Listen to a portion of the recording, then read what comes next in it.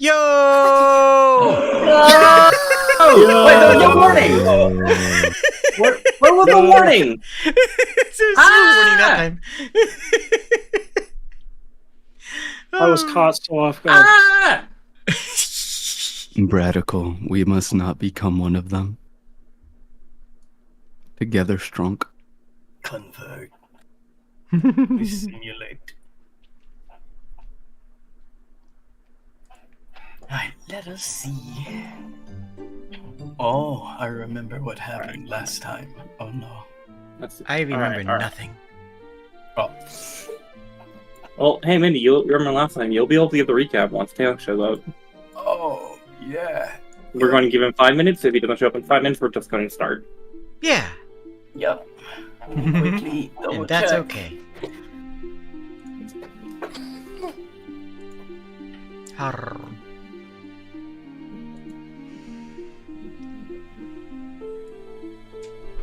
So, how you doing, Kashak? How you feeling? I'm getting in the zone. Don't you throw me off my zone here, Jade. No. What zone is that? Zone of truth? You having a good day? What level is that? No. I'm in my happy place. Don't. Do you hate us all? I'm in my happy place. Don't you do this to me, Jade. Guys, I think Kashak is in denial. You know, I it's think probably Shaq's gonna happen great. again, right? Like, Eva's definitely hasn't gotten weaker since the last episode. Oh wait, hold on. I have to fix something. Hold on, I have to go to Fugi. I have to go to Fugi and fix something. Arr. You need to go over to Maid's Vault? Don't worry about it. Okay, Oh, I updated my Fugi too. Sprig. So, I don't know if you saw in the chat, but Caesar would like to know what ring size Eva is. Oh, yeah. I think I remember that from last week, actually.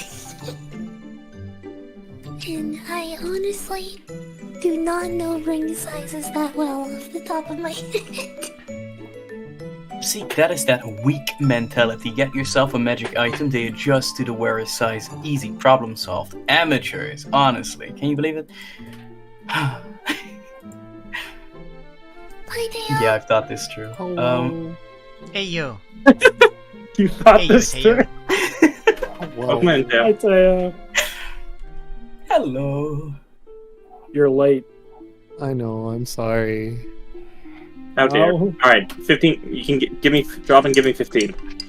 Would you like to try a Squats, dope ball push-ups. instead? No, 15. If you can do 5, I'll forgive you. For being late. Some nuggets, Alright. I've saved it.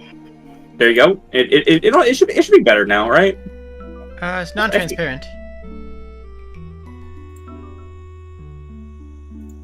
Mm. Yeah, the whole background comes up and Yeah. blocks out a lot of you. Oh, does it? And Wait, hold on, blocks that's the all- wrong one. I actually put on the wrong one. All good, all good.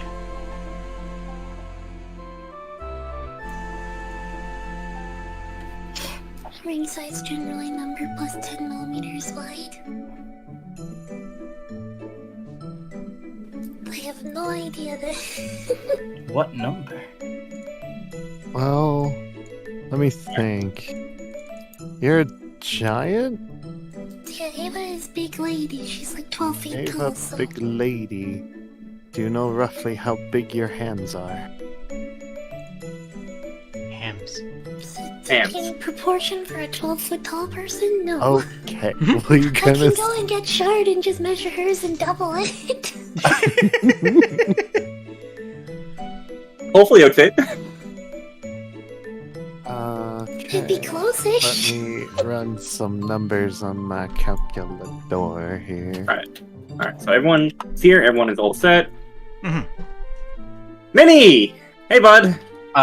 That's Hey, me. how you doing? How you doing, Minnie? I'm surviving for now. So you remember how you said you remembered what happened last session compared to everyone Nah, else? that wasn't me. I don't know who said that. Are you sure? That sounded made up. Yeah. Oh, Are you- interesting. You know, I think Oh. I heard Minnie say that he Okay, remembered cool. everything. Yo? I mean, I'm pretty sure that's what I heard. We went to bed and woke up by Finn having a nightmare. He has the mark of Luminion on him, and I told him to pray to his god. And took notes. Yeah, after that I went back to sleep, but morning soon came after that. We got out of bed and started walking towards what I assume is the Fey area of the forest. Maybe a portal nearby? Along the way we saw these weird plant-like beast bird things. They seem about a feet taller than me, so pretty intimidating. If I were to guess, I'd say there's about like 24 of these things, and that's pretty bad. The two birds that are with us started talking in the voice of the Lady of the Wood out of nowhere. And also weird bubble butterfly creatures formed from the water, ? The Lady of the Forest seems to be hanging from a tree, and then I have like a surprised face in my notes for some reason. She's wife, the cat. Wait, the cat brought over a piece of paper that the Lady of the Wood also was shown. It says something secret that I will not tell to the rest of the party. Interesting. After that, the Lady of the Wood gave us some information and told us that the target who hurt Ava are the same who hurt me. She also mentioned that I will probably recover if I simply recover more, and mentioned a good source of life for me. She wants us to clear out some people who have taken over her domain. We saw two giant things with pot bellies. And then it's just followed by my notes in all caps, Ava murdered them both. Followed by, we heard a quote-unquote mother screaming and coming closer. They're very good notes. What do you think? Rate them. 10 out of 10. Thank you. You It's like I'm there. summarized it greatly. Dang. Thank you. Dang. Is it bad that I forgot the mama's voice? Just go redneck with it. I'm sure it works. You made her very southern. Yeah, southern. Southern. Southern. Southern. Can we not say it like that? Southern. All right, you Can we know stop? Southern. No. Where you No. girls at? I caught the possum. Come here, girls. I got the possum. I think it's dead for real this time. That's All right. me again. Right, that's the one. Gonk, where did you go? We need Gonk back. BBEG, just Gonk. Let's draw just a level 15 Gonk. Alright, have fun. Mhm. Sprig, have fun killing your own character with Gonk. Just killing them in Right now? I have no idea what you're on about, but okay. Gonk was Sprig's character before we reset. She Oh, was a swole bolt. Swobold Ah. something. Very Chad. Artificer with 20 strength and 14 intelligence. Ah. incredible. So what you're telling me is we should proceed to run. I mean, Mm-hmm. Keep your distance. Gonk wouldn't kill Or you. It would pretend kill you you're with kindness. Gonk was the mother of the group. She would, to use the one phrase that always put me immediately into her mental headspace, was, you do that again, I'ma slap the taste out of your mouth. Oh, what Amazing. the hell? Alright, do me a very quick favor, Teo. Can you roll me, Can you roll me 16d12? 6d12? 16d12. 16d12. Yes. Nothing good will come of this. Oh no. This is ominous. This is very ominous. No, it's fine. I'm sure this is fine. This is probably fine. Oh, whoops, wrong keyboard. Yeah, I'm sure. I should open my character wait, hold up. Let's backtrack there. Wrong keyboard? So, having a dual PC setup, I Oh, have okay. 2 mice, 2 keyboard. I respect it. I'm quickly trying to remember. Oh, it's this button. Oh, okay. Then I just set that to D12, and that turns to a 16, and now I click roll. Oh my fuck. That's a big number. That's a lot of whatever's about to happen. It's how many hugs Jade's getting. But see, like they're more like bear hugs, and they're all targeting the lower back. Yay! Yeah. The slight I just see the part of like Futurama where like they were like death by snoo snoo, and then like suddenly they excite and concern. I'm Look. aroused. All right, we got this. We got this. We got that. Cool. All right. So, as many had portrayed it, many, by the way, don't forget you have a session recap as a reminder. As a reminder, folks, you can look at Inspiration Roll under handouts, and you'll see what you can use with. Oh, yes, you can see what the recap inspiration die. The recap inspiration die is a D8 and works just like a bardic inspiration. Attack rolls, saving throws, and ability checks. So, many of you have that for this session, as well as we came back out. After Eva standing triumphantly, actually, very quickly, when we ended last time, Eva, I believe you used your reaction at the end of their turn or the start of their turn. Yes. For turn order wise. Okay, it was at the start of their turn because they never actually got to attack. Okay. True. So what? Alright, knowing that. I'm not surprised Kashak forgot that. He must have suppressed all the pain he went through that. Yeah. I think Kashak repressed the last session actually. He was Yeah. so broken after one. I repressed a lot. I repressed a lot of stuff that's happened since the last time I played. You're welcome. Only some of it having to do with the session. 75%. 75%. Oh, Yeah. okay. Yeah, more than some. Solid. Anyway, so at the start of their turn, after Eva shoving one of the two, I don't even remember their names anymore. I'm gonna be completely honest. Doesn't really matter. Doesn't really matter. They're dead. So after shoving one of the sisters through the portal and dropping down, not even getting a chance to react, and everyone had tensed up for a split second as combat seemed to be initiating.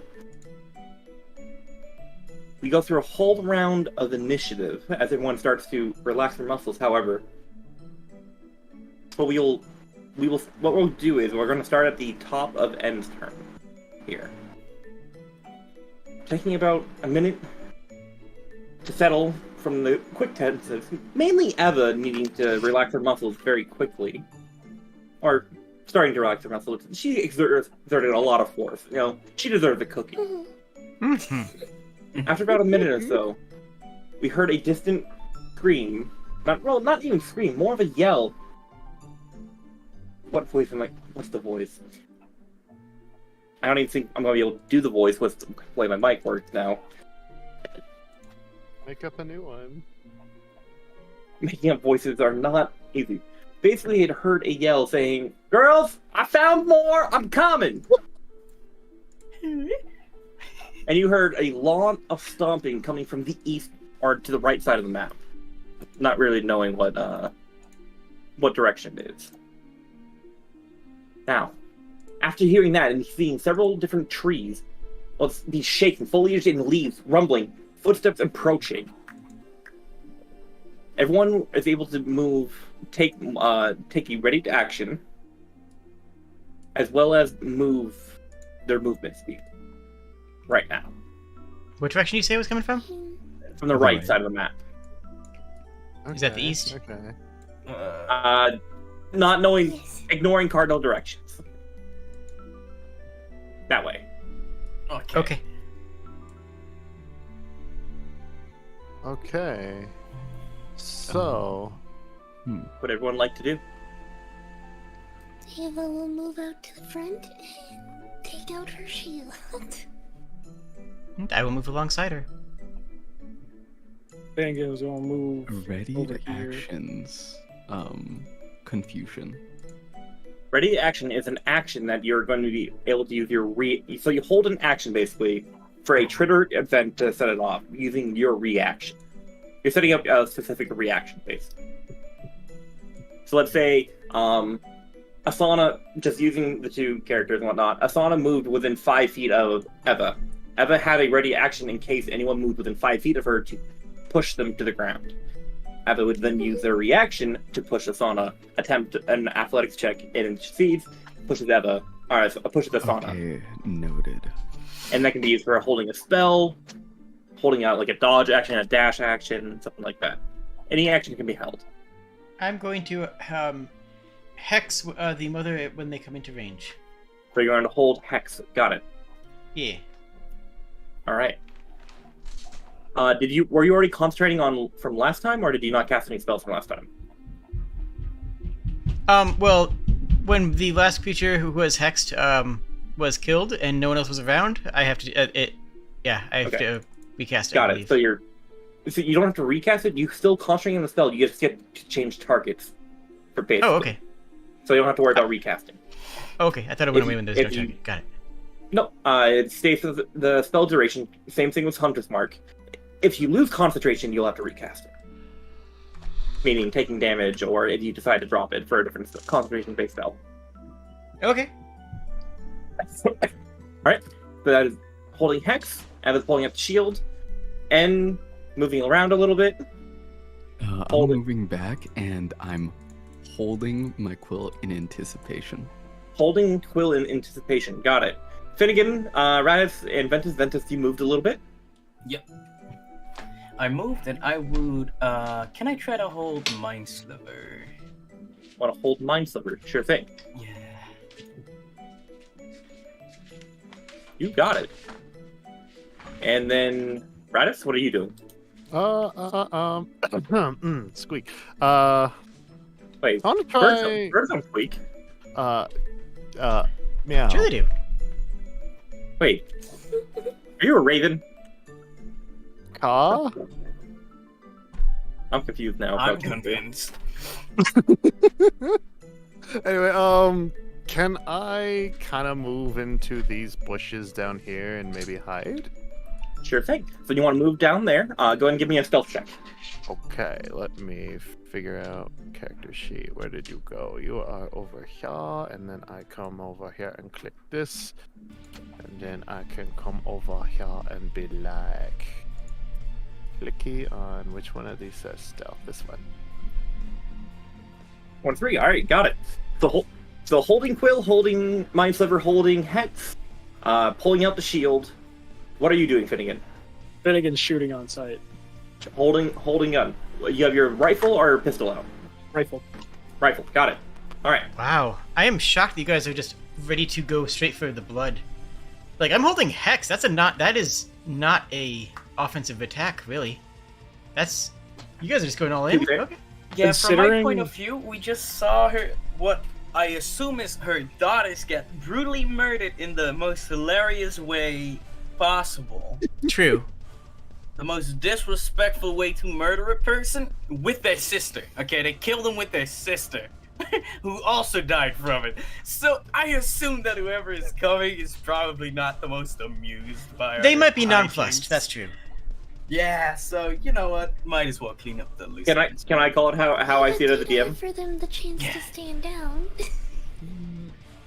Nah. I don't think they were expecting you to, punish them as hard as you did. Using fighting him. But as a DM, I'm gonna call it as I see it. People are ready for Murder Hobo, and no Murder Hobo will be able to be added. So I think they're ready now. So, after a full round of going through, the stomping gets louder, and it starts to tremble, or even Eva, your shield starts trembling against the ground. Just sundering. Or not really sundering, but more. I guess the footsteps sundering out as this creature, you can assume be the mother of these two, what was called potbellies, as quote unquote, as we are calling them, is coming out of the forest. And as she comes down, you can see even be above the tree line, seeing the makeshift. I apologize. I did a lot of talking in meetings today. Let me just get a drink of water, and I should be good to go to actually talk. That's fine. Alright. Hydrate. At the top of the head, where the hair leading into a very ragged and, well, definitely not washed hair, ponytail, seeing clear above the trees. Coming through, you see a very more grotesque and more enormous potbelly from one before. Definitely older in nature, hair more graying, going to more faded white. Skin is more saggy, wrinkly. Eyes putrid yellow, almost as with little, what seems to be like veins or lines that lead into veins underneath her eyes. It's thickly like. She does not seem like a very, very healthy person at all. But she comes in, doubling the size. Well, not doubling the size, but another size higher before. She comes through to the clearing like, girls! You won't believe I found one of those epochs! And as she starts saying the word epoch, she looks down, looks around like, girls, where you at? Looks to the tree, and her eyes start going more wide. She have not noticed all of your presence yet. And she's right there. Our held action is going off? Yeah. Okay. Yeah. So in order, who's that held action wants to go first? I would love to go first.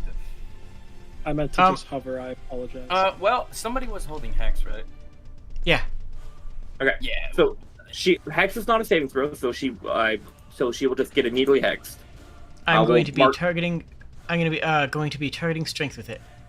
Strength, okay. I'm going to put the green on her. You can't see it because it's off the map currently because Eva's blocking it, but it is hexed.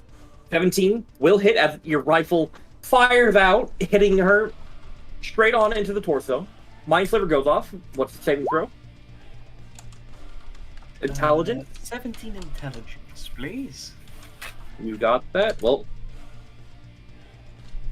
Oh, she strikes me as a beast of intellect, so this should be fine. Rolling dice. That is a failure, so she'll take 17 psychic damage immediately. As she eyes go widening, she feels a sudden shock in her head as one hand goes over, trying to negate some form of headache. Immediately after that, she starts screaming, starting to scream in pain, but suddenly the wind is knocked out of her. As Finnegan, your rifle hits home, knocking the wind out of her, because still, that is a thunderous blow at such a close range for any creature of any size. Go ahead and roll your damage. I will roll 17. There we go, minus 17 for the Mind Sliver. You're shooting Finnegan. What are you doing, Eva? You just had your shield out? Yep, I didn't have a held action. Alright. I do have to ask, though, briefly, Ventus, why is Mind Sliver a 3d6? It's complicated. Okay.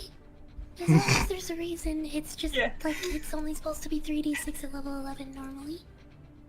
Yeah, nah, I think me and Kashak had a thing. Yeah. Okay. I just wanted to make sure that, because it's a spell that's not in the SRD, so it was possible that you accidentally put it in. No, then this is all set up properly. Appreciate it. Okay. Hacks. So, those go off. Raditz, you're hiding, and you are holding your quill. What are you doing immediately? Because you had your ready action with the quill. I am writing that it's just as ugly as the other two. That is And seems just as gluttonous.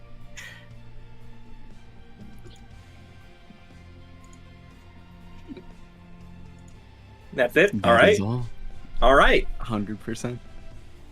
So with that, after the sudden shock of bullet and mind-like powers, she holds her. Where you shot? It's just above where the pot belly is and whatnot, and the blood starts spewing into the actual, the liquid portraying. You would think would be blood, but it's just black sludge going into the round pot stomach that she has, mixing in, but you cannot see what the color is currently. With that, she looks around like,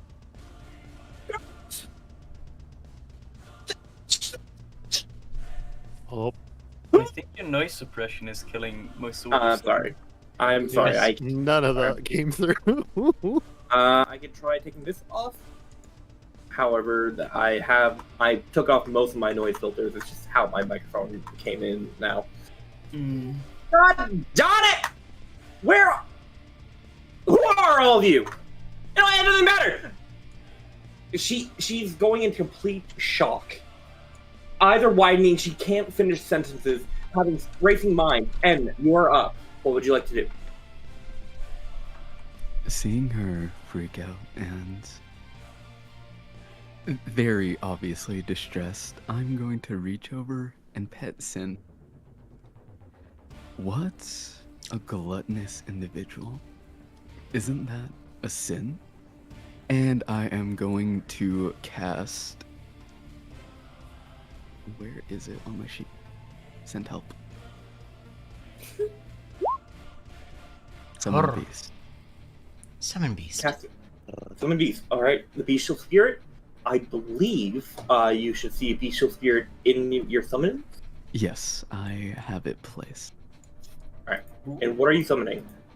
Land or air? Land spirit. Land spirit. For you guys, what you see is an illusory beast, like Sin, but much larger, emerge from the trees, right next to the thing, the large one, the slightly robust one, and that's all I'll do. All right. After that, the Henki statue. The Henki statue will walk forth and put a small shimmer over Ava, which will condense just above her skin. It will grant... Wait, where was it?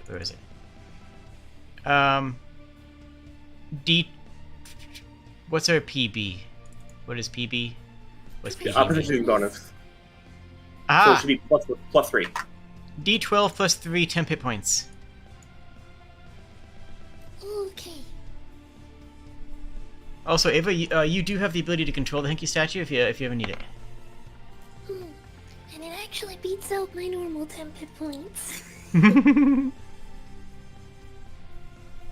right. That is a Henki statue. Asana, you... Oh, I didn't mean to skip over your turn. Asana, you're up. Hooray! I have a turn. Hooray! I'm going to... Shimmy forward. Wait, where'd my character sheet go? Oh, I just clicked it off. Dang it.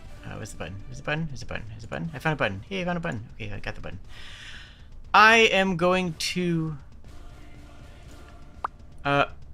cast Bleeding Wound. Rending Wound. All right. And your attack roll. Where is it? Ka-chow. Ciao. A lot. 18 will hit. Hooray! Remind me, Taldi is a hatchet? Yep, it is the frost-coated hatchet that I keep by my side. Good. All right. So, Fauna. First of all, I will give a con save first. And I realized I wasn't rolling my GM layer. Okay. 15 does not make it, so she will take the full bleeding wound, which is the necrotic, I believe. Yep, 12 Yes. necrotic and 5 cold and slashing. Got it. The Constitution saving throw isn't against the damage. If they fail the Constitution throw, they have disadvantage on the next attack roll they make at the end of the next turn. At the end of the next turn? Until the Or end of the next. Yeah, until. Okay. Noted. And then So- for a bonus action, Yep. I'm going to punch with my Thunder Gauntlets.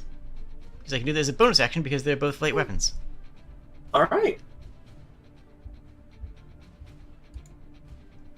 This is including any relevant minuses. 22 will hit. 2 blunt. All right. All right. I walk up to this large creature, throw the axe directly into their side, punch them, and then with my other hand, I will punch the back of the axe to drive it in before ripping it out. All right. As you punch it inward, first of all, what you hit right into the stomach, basically. Her left, at this point, it would be her right abdomen too. Probably more right lower abdomen. As you punch in, you hit fatty tissue. And knowing that's not going to be enough to tear anything, after you punching in, you feel almost like an ooze-like instant pushing past the fatty tissue. As you rip Talvi out. Oh, Talvi out. Talvi. I'm trying. You're good. You're fine. As you rip Talvi out, I'm just going to keep going. It's similar to what you saw from the gunshot coming in.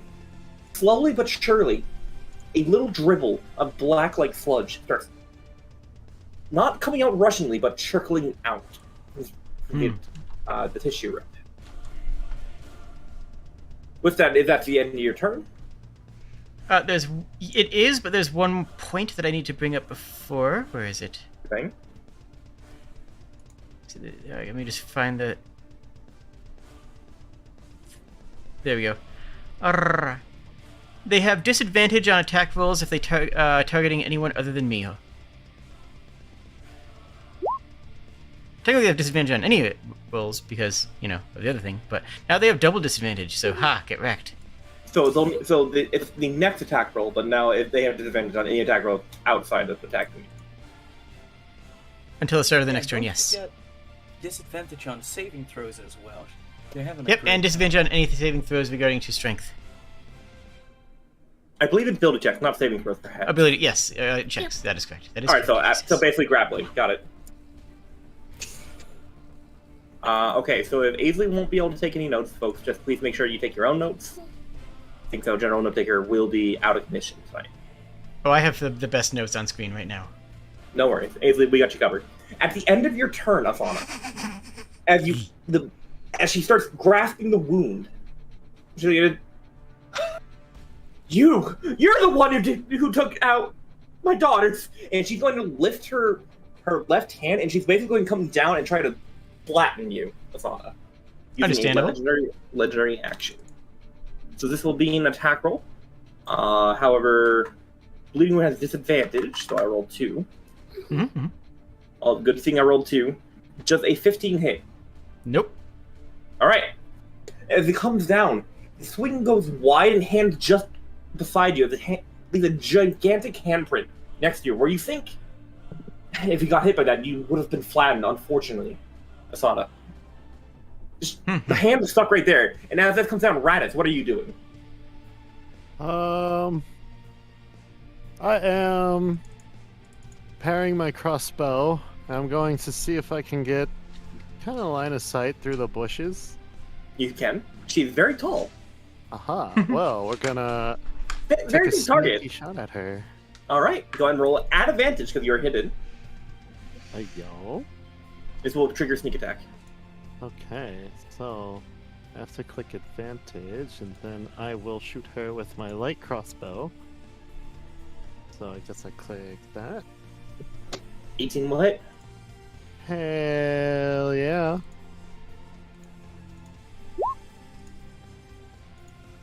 So Cool. let's see, it's gonna be like that. And how many dice is sneak attack? What level are you for rogue? I'm level 3. So 2. 2d6. 2d6. Okay. Yep, I just found that. Uh-huh. Very quickly, I think there should be an easy way for you to... Yep. So if you look at your global attack modifier where you saw your crossbow +1, down below, if you click on sneak attack, that'll automatically roll sneak attack damage when you make your next attack roll and whatnot. Neat. I don't see any... Oh, it's right there. Never mind. Hey, look, it's right there. So a total 12 plus 8 for 20. Where you... So you shoot... Trying to basically, you think it might be a good idea. Well, actually, no. I'm not going to say what you think. What are you trying to aim for? We're gonna aim at her pot on her belly, hoping I can kind of see the ooze. Okay. So she won't take the damage. It's an 18? Yes. Okay, that hits that. Alright. Noted. Alright, you have punctured the pot, and the color of what you've seen from the two daughters was this, like, slimy, almost lime green.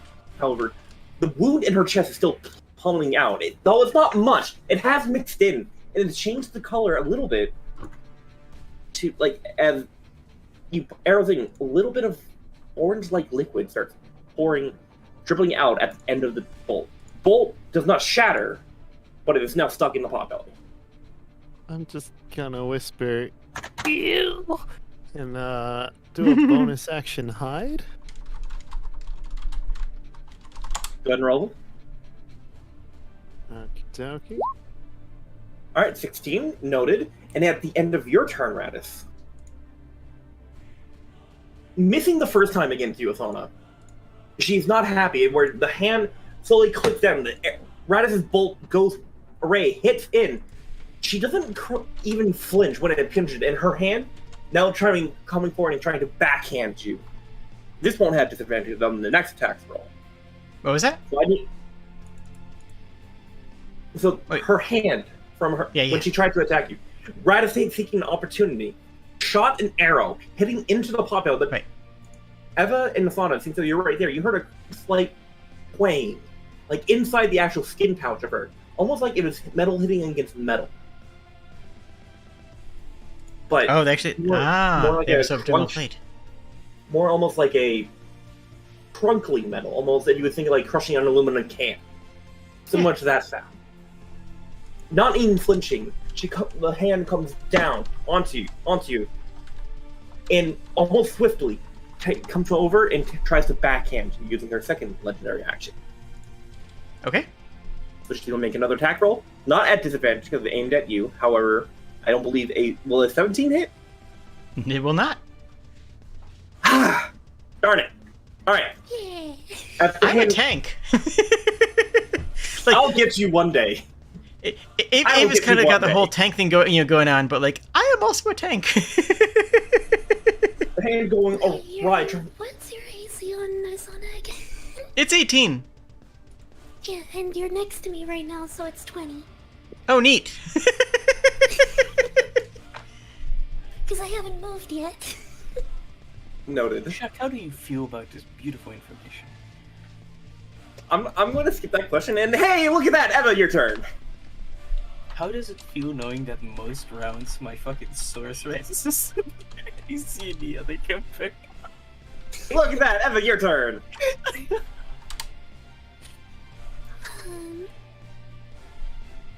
Yeah, Ava is going to attempt to get a one-leg takedown. She's just going to duck low and hook both arms around the back of the giant's knee and tries to flip her over. Okay. Nice. Now I know you can go for huge creatures. Are you able to go after gargantuan creatures? Yep. All You right. can grapple any creature, it's just if they are 2 sizes larger than you, they can auto-escape the grapple with an action to contest the grapple. Okay. If they're 1 size, they get advantage on the contest. If they're They're 3 smaller. sizes, you can't. Okay. So they auto pass it, but they still have to use an action to do it to break it, right? Exactly. Got it. All right. All right. Go ahead and roll, and she'll roll at disadvantage because of yay hex.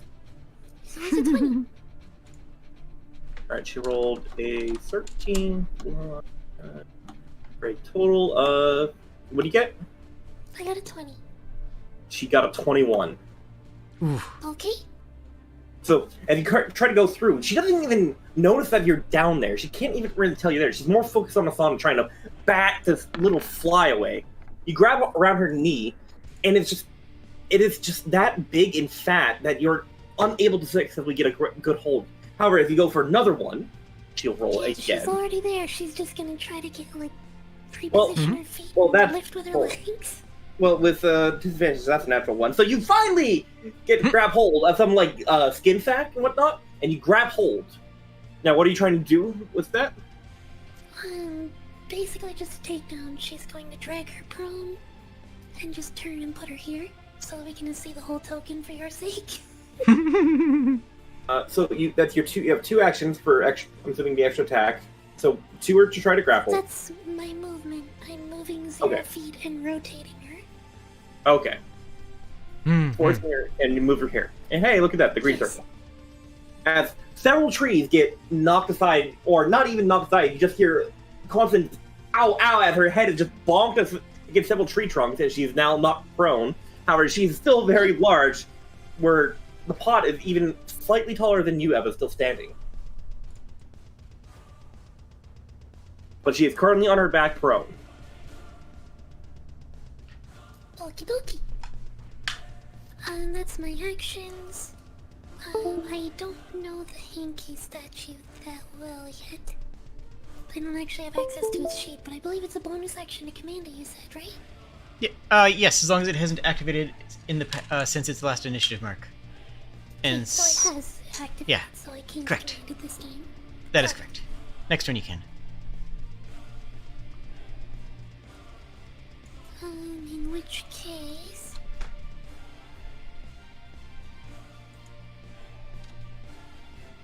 Yeah, no, that's just all I'm gonna do for this turn. I'll just save my focus points. Alright. I put the healer's light in chat so you can see it. Thank you. Finnegan, you're up.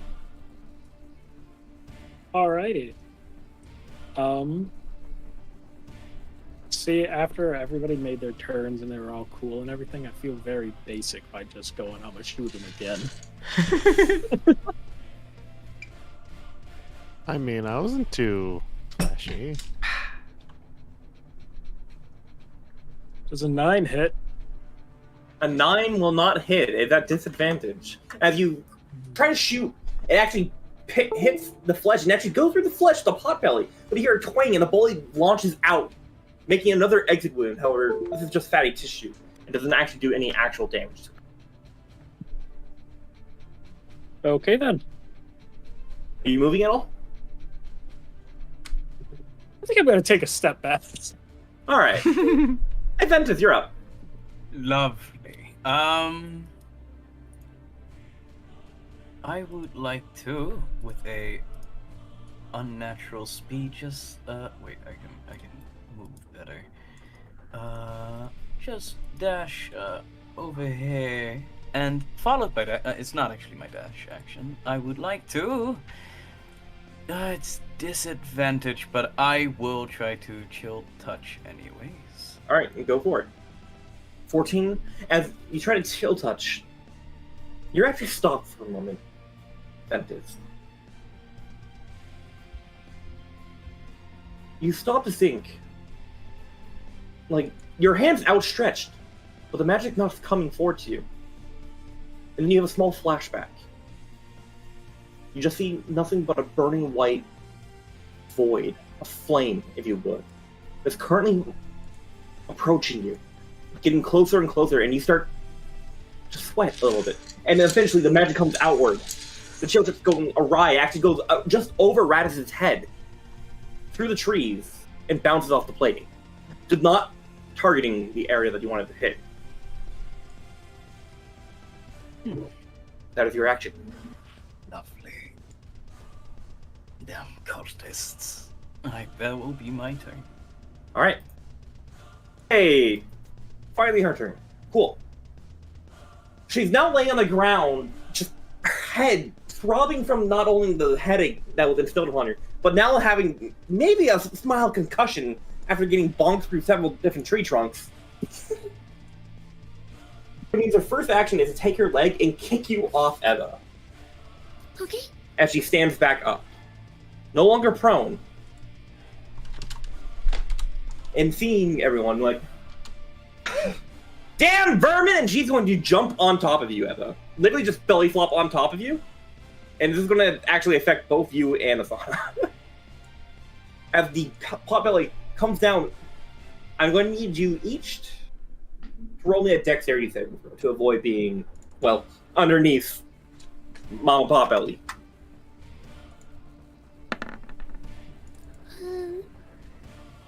Can Ava actually, instead of trying to dodge, just try to catch her on the shield and roll her to the side?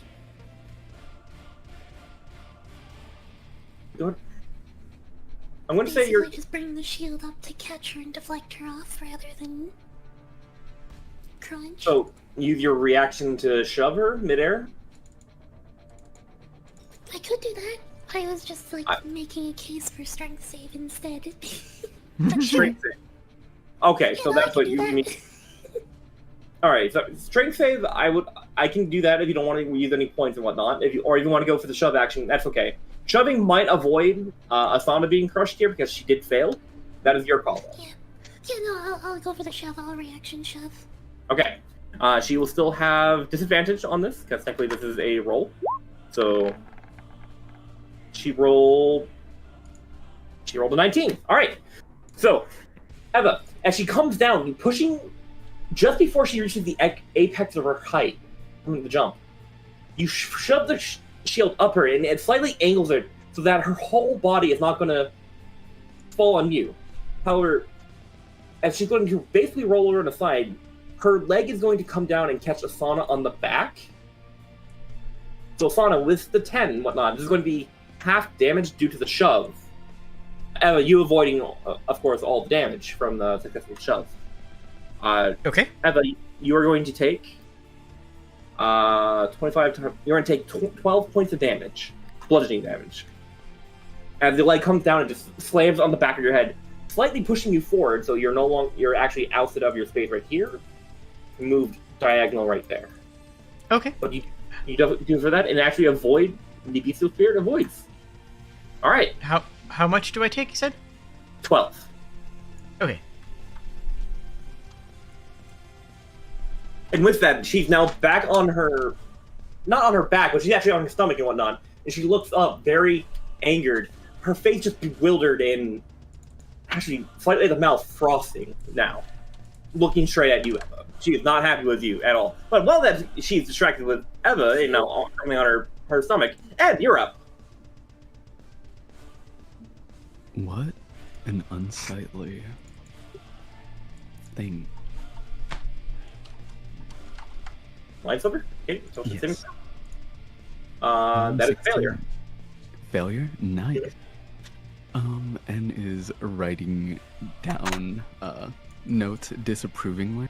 It's an eat or be eaten world. And she I starts. wonder how it feels to be eaten, and that's my attack command.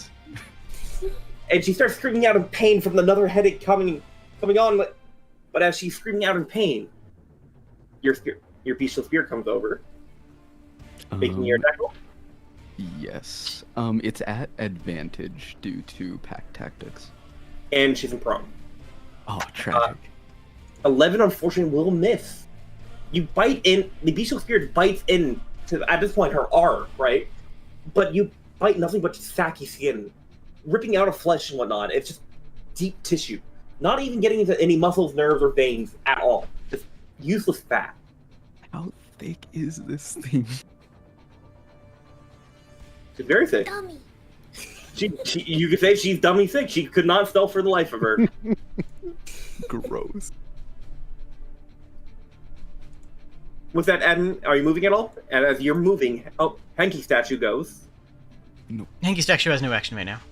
Okay, Sana, you're up.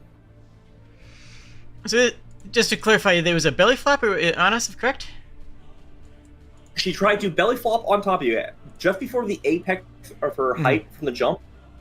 Eva's shield deflected it off where she actually rolled over. And instead of having the full weight of it, it landed just enough where Eva avoided damage.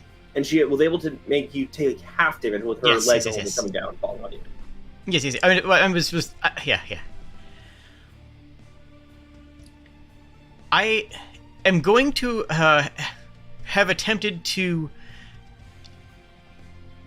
insert myself into there such that she would fall onto the axe, bracing my axe with my offhand, I'm going to attempt to drive it in deeper into her.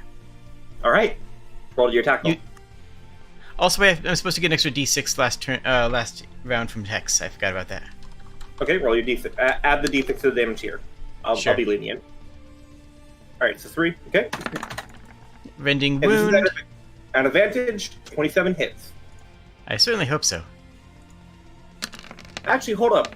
Hold up very quickly. Last turn you did the cantrip bleeding wound because it's a cantrip. It's casting a spell with the weapon attack as the component for the mirror, and then you did your bonus action melee attack. Yes, because both my weapons are offhand weapons. I don't think that works out because it's casting a spell versus actually making an attack roll. You can make a bonus action if you make an attack roll, and bleeding wound. Because the bleeding wound has a melee attack. Okay, yep, it works. It's not like the spell casts the attack roll. It's as a part of this casting the spell, you make an attack roll. That's kind of how I set this up. It's kind of cool. Okay, yeah. All right, continue. Sorry. Do resistances come into play at all? The resistance? No.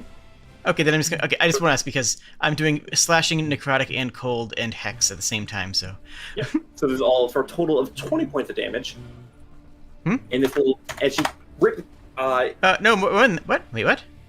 No, it's 20 because you have 12, 6, 24. Sorry, my bad. Wait, no. Yeah, 12 and 6 is 18. Plus 4 is 22. Plus 22, the 3 from last round is it. Plus the 3 from last round is 25 total. I already calculated 3 from before. Cool. So wait, you told me to add it to the. You told it to add this time. Okay. Yeah. That's you. With a successful another tear as more black sludge starts pouring out. If you don't have any other movement or bonus action.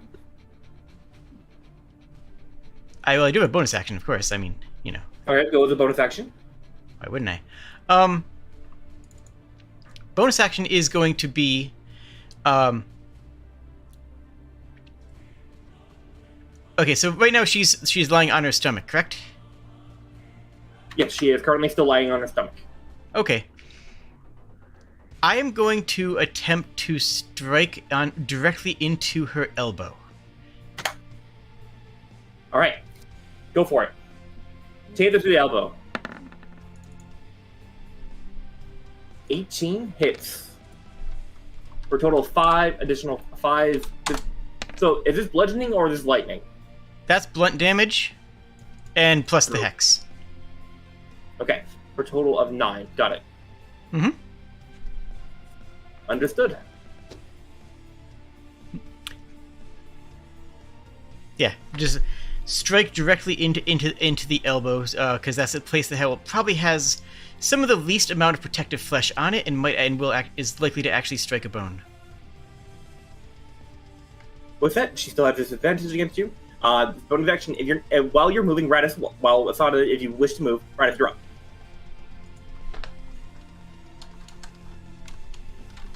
I'm up? Mm-hmm. Oh man, okay. So I wanna like peek around, and do I still have a line of sight on her? Yes. Okay. I'm gonna kind of whisper on my breath. You need to chill.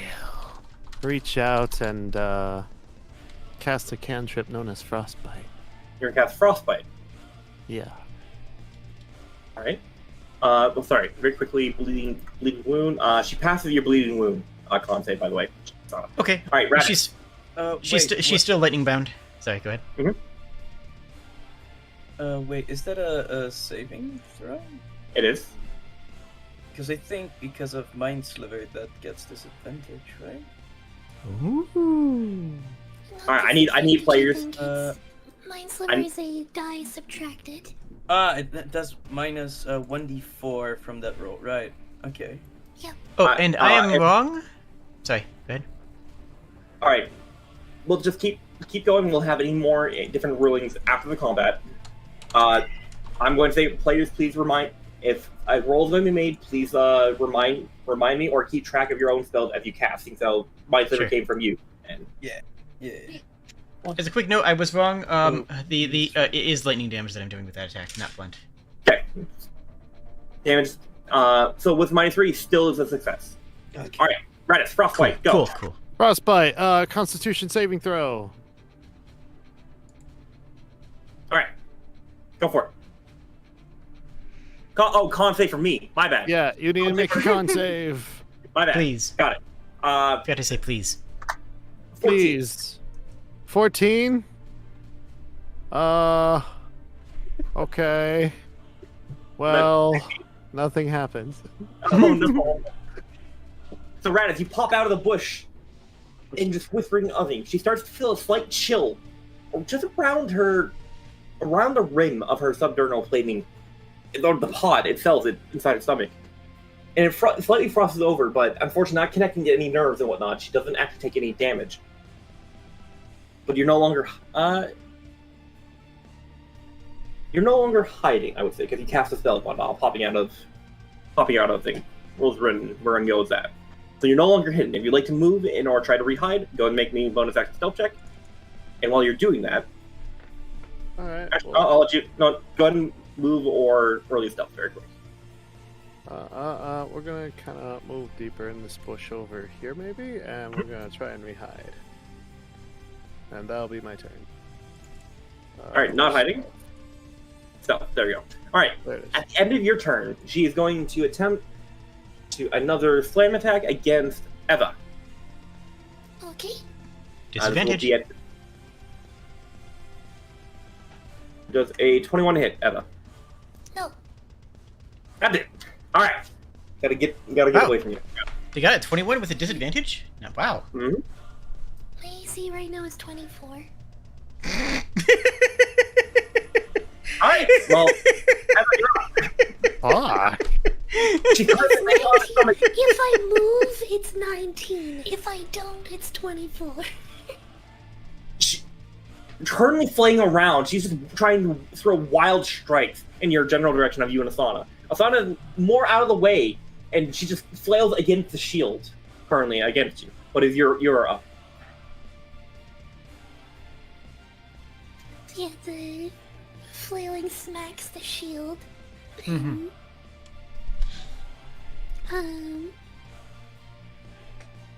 Yeah, actually, Ava is she's gonna try to keep the potbelly pinned in place. She is going to turn the shield so that when it hits the last time, she actually wraps her arm around the wrist and tries to just grapple her, elbow and, get an elbow lock on her, basically. Alright, go ahead and make an athletics check. She roll at disadvantage. Okay. Not a great roll. Mm-hmm. She got a 16. So unfortunately, Yep.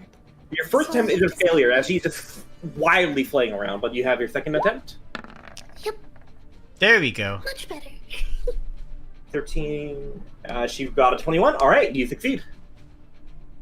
Finally, as you're able to lock down the flaying off the left arm, and you're able to get into the position that you would like to. So now she's pinned on the ground, not unable to move. Got it. Mhm. Alright. Finnegan, you're up. Oh, Kashak? Mm-hmm. Just for thematic references, anytime she tries to focus her eyes on anybody who isn't me, it's a little bit blurry and difficult to the point where her eyes just want to slide off the target and back toward in the direction of me. Alright, understood. What was that? Finnegan, you're up.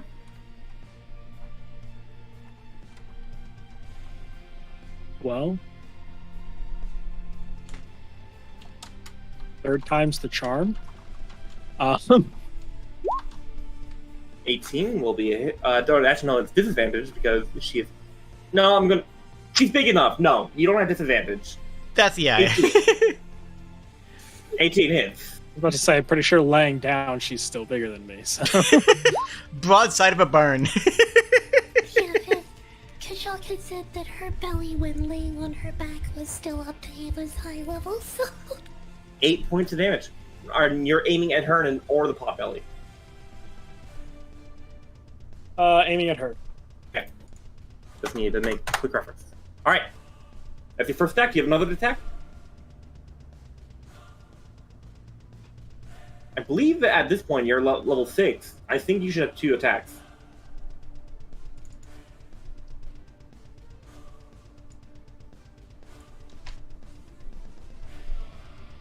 Radical? Yes. You there? Yes. Sorry. I believe you have 2 attacks now. Now you're at least level 6. Is that correct? Wait. Do I? Hold on. Yeah, 5th level as long as... Oh, I'm shit. class. What? Yeah. Oh my god. All right, We've done much fighting, to be fair. Shit, yeah. Shoot him again. Here we go. Any fighting up front, and you guys have done other games to get rid of it. Just saying. Ah! It's true. Alright, so another one. 15. It's not gonna be advantage, so 15, unfortunately. As you fire your second shot, lifting up, quickly reloading, you fire again, and it makes strikes true. However, you hit another just part of flat, just fleshy fat. It buries in, and you can see the bullet just leave. It's just not out of sight.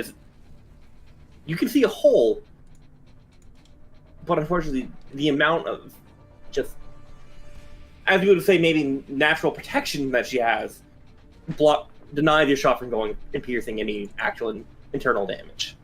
And with that, if you're going to move, while you're moving, it will go to Ventus' turn. Perfect. I think I'm gonna just go for Mind Sliver again. So you gotta roll intelligence save. You got that. All right. Failed. I would like to just, like, in their mind, they just hear, like, a whispering of, like, you failed to save them just beyond your reach. As they take 7 psychic damage, as they just see images of their young children growing up happily. Very disorientating, isn't it? You can see her cry again and whatnot. At the eye that's now pointing towards Sana, you can see her eyes slightly roll back at this point. And maybe just a slight stream of tears start coming down from her eyes after hearing that comment. She's currently crying while and then being grabbed to the ground, having her attention unwarranted towards Asana just by magic compulsion. This is just straight up bullying her at this point. She just lost her 2 daughters in the party, which is making her life more living hell right now. Shake my head at you. I would like to grin and suddenly just in a puff of smoke appear here so I can have a closer look at this. And that you just That is my turn. That's my bonus action. End of your turn. She's going to cry and whatnot. Just enough. Where it's going to give her enough strength, and she's going to use her 2 legendary actions to push you aside, Eva. She's going to break your grapple out. At the start of her turn, she's going to stand up. Tears now coming down royally. But at this point, it's not clear liquid. Almost if you would think that she's like wearing mascara, the tears eventually start turning to more black liquid. Eventually to sludge, streaming down, going down the face and dropping onto the ground. And with that, she is, at this point, she's going to reach her side, and she will attempt to grapple the bestial spirit with disadvantage. I need the bestial spirit to please give me an acrobatics or athletics check. And beat a 18. Acrobatics or athletics? Mm-hmm. How do I do that? If you do not have the skills acrobatics or athletics, just give me a dex or a strength check for the bestial spirit. 13 on... So, actually, no, you don't have advantage. So, 10. She grabs the bestial spirit by the legs, and facing the paw outward, she's going to swing it into a cleaving action, attempting to use the cat to basically bludgeon Asana into Eva. Fair. Alright, so with that, this is going to be an improvised weapon, we're going to say, with her, these 2 stuff. Alright. I'm going to roll. Frostbite didn't go through. Bleeding Wound didn't go through. So she has normal attack on you. Against me, yes. 22 hit. Yes, it does. All right. Quick question. Does not change the result of this, but I just want to ask. Ava, you didn't move, but your movement was compelled. Does that break your bastion ability? I have to not spend movement during my turn. Okay, so if compelled movement does not break it. No. Okay. I'm going to say, let's wait till the end of turn to ask questions in between, because it's just kind of slowing down combat. It's relevant to my AC. But yes, go ahead. Relevant to the AC, you would have had 20, so max, correct, Sprig? Yes. So 21 would have still gone through. All right, so she picked up the cat, and with a slapped right into your head, Asana, pushing you into Eva. Now with this, Ava is going to try to intercept. On the cat or Asana? Intercept on Asana, because it's an intercept against damage, so she can't do anything about the cat being grappled. She can just throw herself in between Asana and the cat. So it's just going to reduce the damage by 9? Yep. Okay. So this is going to take half. The cat's still going to take half this damage, and Asana will take half minus 9. That makes sense. Slam is this amount. So the slam damage will be. All right. So using the cat and whatnot, the cat will take a total of 11 points of damage. Asana, you will take 11 minus 9. You'll take 2 points of bludgeoning damage. I accept. And I will burn a focus for an additional reaction. Double protection.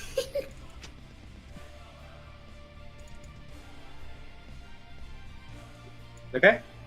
So she just stops the attack dead. Well, the cat's still going to take the damage. Yeah, the cat still takes the damage. All right.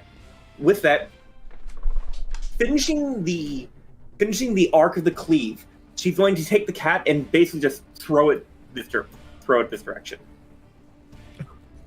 So the cat is going to go right there, not taking any additional damage, but finishing the momentum. Because at that, however, she will use her bonus action to. She's going to use a bonus action to hop. Wait, no, not hop. Bonus action to grapple, and she's going to attempt to grapple you, Eva. Okay. She's not there. Okay, well, that is a 19. Rolling I pretty. only got a 17. Even with disadvantage, alright. Alright, so with that, she's going to attempt to. She grabs hold of you, and she's just going to run down this leg towards Ed. Finnegan, the Hanky statue. You're going to stop here, so Ventus will. I need you two to give me deck saves to avoid being knocked prone. So the Hanky statue, if it can be knocked prone, need a deck save to avoid that. Finnegan, I need you to make a deck save to avoid having a tumbling giant bring another giant in your direction, just knocking you on your ass. Alright. Alright, that's enough. You were able to tumble out of the way, avoid being knocked prone. We'll say you go there, tumble out of the way. And Eva, you are now moved over here. That is Potbelly turn, and you're up. Unlucky. She's staring down directly at you, holding Eva in both her arms. And she's starting to lift Eva up a little bit, right in front of you, and staring directly at you with the tear-filled sludge field tears. It's Actually, hold on. really... Hold on. No, that was Ed wasn't doing that. That was Ventus, correct? Doing what? Doing what? Ventus was the one who made that comment, so it should be more like right here. So we'll say Henki, Finnegan, move out of the way. All right, there we go. Oops. She's staring directly down at you, Ventus, and you're up though. It's not ideal. And I will use My character sheet is different. I forgot I did this.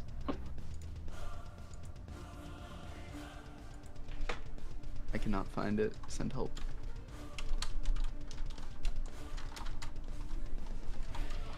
He's desperately trying to break Asana's hex, but then Evan's just like, no, you gotta get Evan away from Asana. Break the two apart. No more best friends. Stay away from each other. Disappearing into a cloud of smoke, sort of wisting away and appearing on the opposite side of the giant. Mm-hmm. And will look over to the bestial spirit. Sin, that's not how you embody gluttony. Live up to your name. And growing fangs, he will sink his teeth into the calf of the giant. Oh. Or attempt to.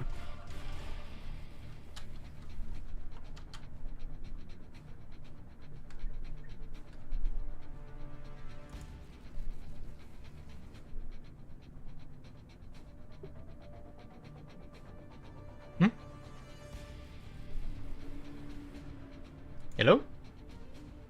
What happened? Oh, sorry. It got very silent. Very Yeah, I'm silent. confused and scared. Someone hold me. All I need to know Did is Kashak if crash? Kashak is here. Kashak, are you dead? Kashak died. Nice. I think we yeah. won D&D. Do we spam beat grilled the DM. cheese or Yeah, what the fuck? It's time to spam grilled cheese. Got it. Oh, yep. Spam grilled cheese and chat. The DM is gone. Huh.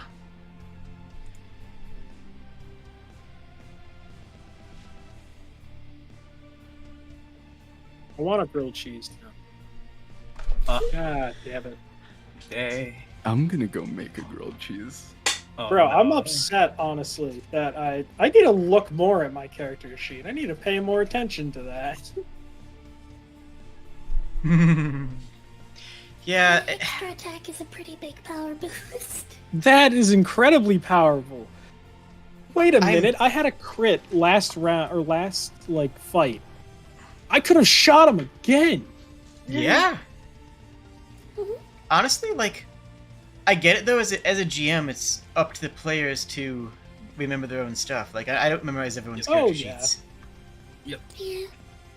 It's I That's get it, but completely yeah. fair. Yeah, I Um, once had a character die, and then later that evening, I remembered that I had an ability that would have literally saved him from just getting wiped. I'm like, Oh damn it. no! Oh Yeah. no! Yeah. I've had that happen before too, where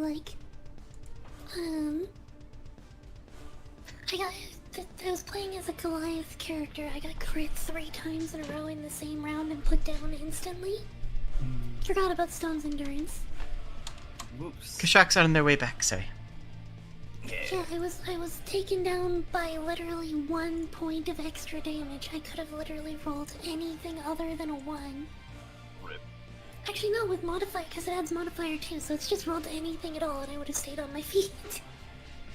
Hey.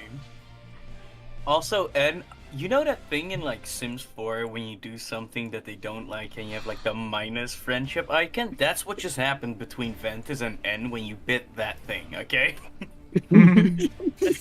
I hope you know that. A negative interaction. Oh yeah, negative interaction. You see the corner of your eye just pop up, Ventus will remember this, right? It's I'm looking through my stuff now. I need to use this more often. It's covering fire. yeah. Oh yeah, sure. I could just Halfway- give him disadvantage. Oh my Mhm. god. Halfway We have a through very- the fight, I Obnoxious randomly amount of realized. taking in this party. Oh yeah, we have incredible Yeah. defensive abilities and solid enough offensive abilities too. Real talk. I'm actually really happy with how how offensive Asana is, despite being a tank. Yeah, I yeah. read over my things and realized I was this close to just eating probably N if I didn't pay enough attention in combat. Oops. Don't Fighting sweat is- it, guys. I fixed it. He's pretty hyper-focused, though. Comparative with Asana. I have a D8 damage weapon. That's my offense. Also, it's a shield. You see, like, I'm rolling more dice with my attacks than anyone else, which means I'm having the most fun. That's just an objective D&D fact. That's just how D&D works, okay?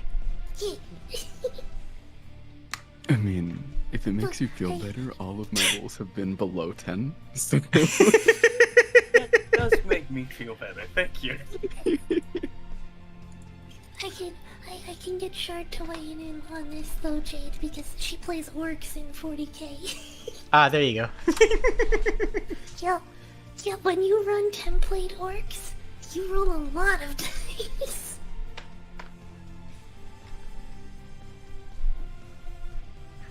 So many features. How do I keep track of this? So many features. I mean, I'm a scorn player. I don't roll that many dice, but when I do, they're really big. See, I don't have that many features, but I'm just stupid. So, so I forget about them. I have rough and tumble, which is just, I say rough and tumble like you guys can see it. I can also do this. I could just throw dirt at people, and then they're blinded. Go pocket sand. That's literally what it is. Just Nice. pocket Yes, just sand. any object you're holding. Oh yeah, it could literally be a stick, and I could just Pocket stick. yeah. I need to use more of my defense stuff. Actually, technically speaking, you could also just use like the butt of your rifle. That's true. And Yeah, but- also hardcore. Imagine just smacking somebody with the butt of the Just rifle pistol and whip. blasting them. I like that. See, the thing about the pistol is that it has no real advantage compared to the rifle.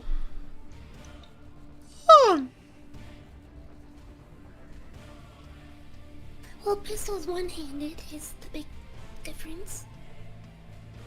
Oh yeah, it has a Finnegan's not strong, and for gunslinger or for weapons in general or guns in general, they have every gun has a kick factor, and in order for me to efficiently wield a weapon with one hand, I need to have a higher strength modifier than the kick factor. I see. And Finnegan is a weak lad. He's not strong at all. He has a -1 in strength. Oh, Oops. He has a 9 in strength. welcome back So- to Shock. I do apologize about that. My roommate decided to just to restart the router because his week match wasn't going well. Nice. So that's the talk I get to have with him tomorrow. Kind of have to warn people if you're going to restart the router. I thought something like thought it was just stormy or windy and the pole went down. Nope. Okay. Nope, Is it's that just what Snowing it is? here. What? Sounds to me like It's Shock snowy got here. pranked.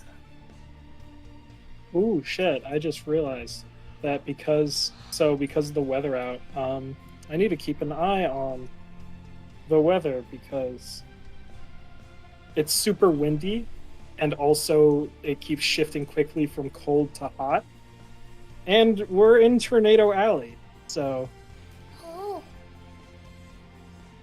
that's fun.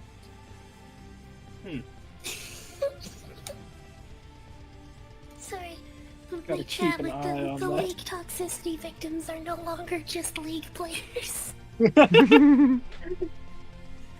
Oh, they got him He's left again. Oh no. Oh my god. Please tell me they got him again with it. So how's things? All things are lively. How are you? Doing great. Oh, Bradical, you mentioned Yes. you mentioned before that you felt a little bit weird, awkward with pulling a trigger when everyone else is doing cool descriptions in their attacks. Yes. Add more description. I mean, it's a little bit harder with a rifle, but you can certainly, describe your character taking a knee and aiming at blank, or moving behind, like add a little bit of your own movement into it to make it more distinct on a turn-to-turn basis, and describe where you're aiming and why, right? Like on my last turn, I made my attack because they fell on me. I integrated that into my description of having them trying to brace myself so that they fell on my axe, even though it wasn't as a reaction. I described it as such, You can do something like that. Do cheesy one-liners, gluttonous bastard, eat lead, right? It's like you can. Or that. Yeah, I mean, if that's your Shotgun style. fires 300 freedoms per minute. If you really Gotta want be at least some 5 meat. grams of. Yeah. Yeah, like right now you could say you were tracking an opening but had to hold your shot for a moment as the spirit animal was in front of your line of sight, and as soon as she threw it away, then you pull the trigger. Like it's something like that. It's harder to do with a gun, admittedly, but it is definitely still possible. And I'm just trying to give you a couple of ideas so you can come up with stuff on your own. Yeah. No, I appreciate the input. I love taking input, even if it's input insulting me. That's not insulting me. That's not insulting me. That makes it sound like that's insulting me. Sorry. But just like, even if you have harsh criticisms towards me or how I roleplay or anything like that, I appreciate it. Yeah. I want to do my best with this. Yeah, I'm trying to help you think of something, so I just Googled probably one of the dumber things I've Googled in a while. How many grams of protein in a lead bullet? I don't think Google gets it. I don't know why. It's really weird. That's like the one whole thread about people talking about how many how many calories are in a gallon of gasoline. Exactly. Oh my gosh. It's How many apparently a lot. calories are in Kashyyyk? Yeah. Or like another example of something you could do if you were doing like a... Maybe it doesn't work without a cunning action so easily, but like... You could even use it for your rough and tumble. Just say like, I am gonna deal with this person that's right beside me. I'm gonna blind them. But the way I'm gonna do that is I'm gonna load some extra powder into the pan when I'm firing this shot at that other target, so it blasts this big cloud of smoke and fire right in their face. Alright, well... Kashyyyk, are you dead? No, it seems that my internet is finally stable again, so we're going to go out of the intermission. Sorry to break up stuff, but try to finish this combat up, because, some other stuff planned for tonight. En, it is your turn. You teleported behind. What are you doing? Nothing personal, kid. Nom. You're nomming? En's nomming, and I'm nomming. He's doing the nom nom, I think was the description. Nom nom nom. Okay, let me refresh my page since I didn't Oh, press also, that. you mentioned before, you didn't mention it the second turn, but I don't get disadvantage with firearms or any ranged weapons because I'm a marksman. I have marksman. Alright, well, and is it going back to please make sure that you read your character sheet, make sure you have your abilities, because I try my best, but I can't keep track of every detail. No, you're completely fine. I also forgot about half of my abilities, so Get good. Anyways, I just reread it. That's why I sent the 2 in the chat. I reread. And you were doing primal savagery for 11, correct? No. I think so. Yes. It doesn't matter if I no. So hold on. You're nomming, not the cat. Got it. So 100%. with that, you have flanking with Ventus. 17 will hit. Will deal the 6 acid damage. As you bite down into her, leaking the acid and burning through the fatty tissue. This actually does get to her, and she will take that full damage. She's starting to look pretty hurt now. But that is your action and your movement. What are you doing for your bonus? Or if you're doing anything. Mm-hmm. Oh, my bonus was my teleport. So that is your turn, unless you like to move. I'm moving over to my bestial spirit. By the way, Mm-hmm. Sin right now has blank eyes, sort of like when I share their senses. Cool. Sin Alright. is my bestial spirit. Smile. Understood. As you're moving away, she's going to take an attack your opportunity against you. Alright. Sana, you hit her with lightning gauntlets before, so she will have disadvantage on this. Mm-hmm. Does a 15 hit then? A 15. With your armor class. This is a thing. 14. You have 14. I respect, right? But I think I had mage armor active. But, yeah. Did you I'm not cast? sure. You haven't cast. You cast Bestial Spirit. You have one. Up. Because I'm not sure what was retconned or whatever. That's why it hits if I didn't end up casting it. I don't remember. I'm going to say that. I'm going to say it hits because it makes sense. Like, I'm not caring about myself. I'm just going to showboat to my. All right, you'll take the hit as they come through, and she will slap you.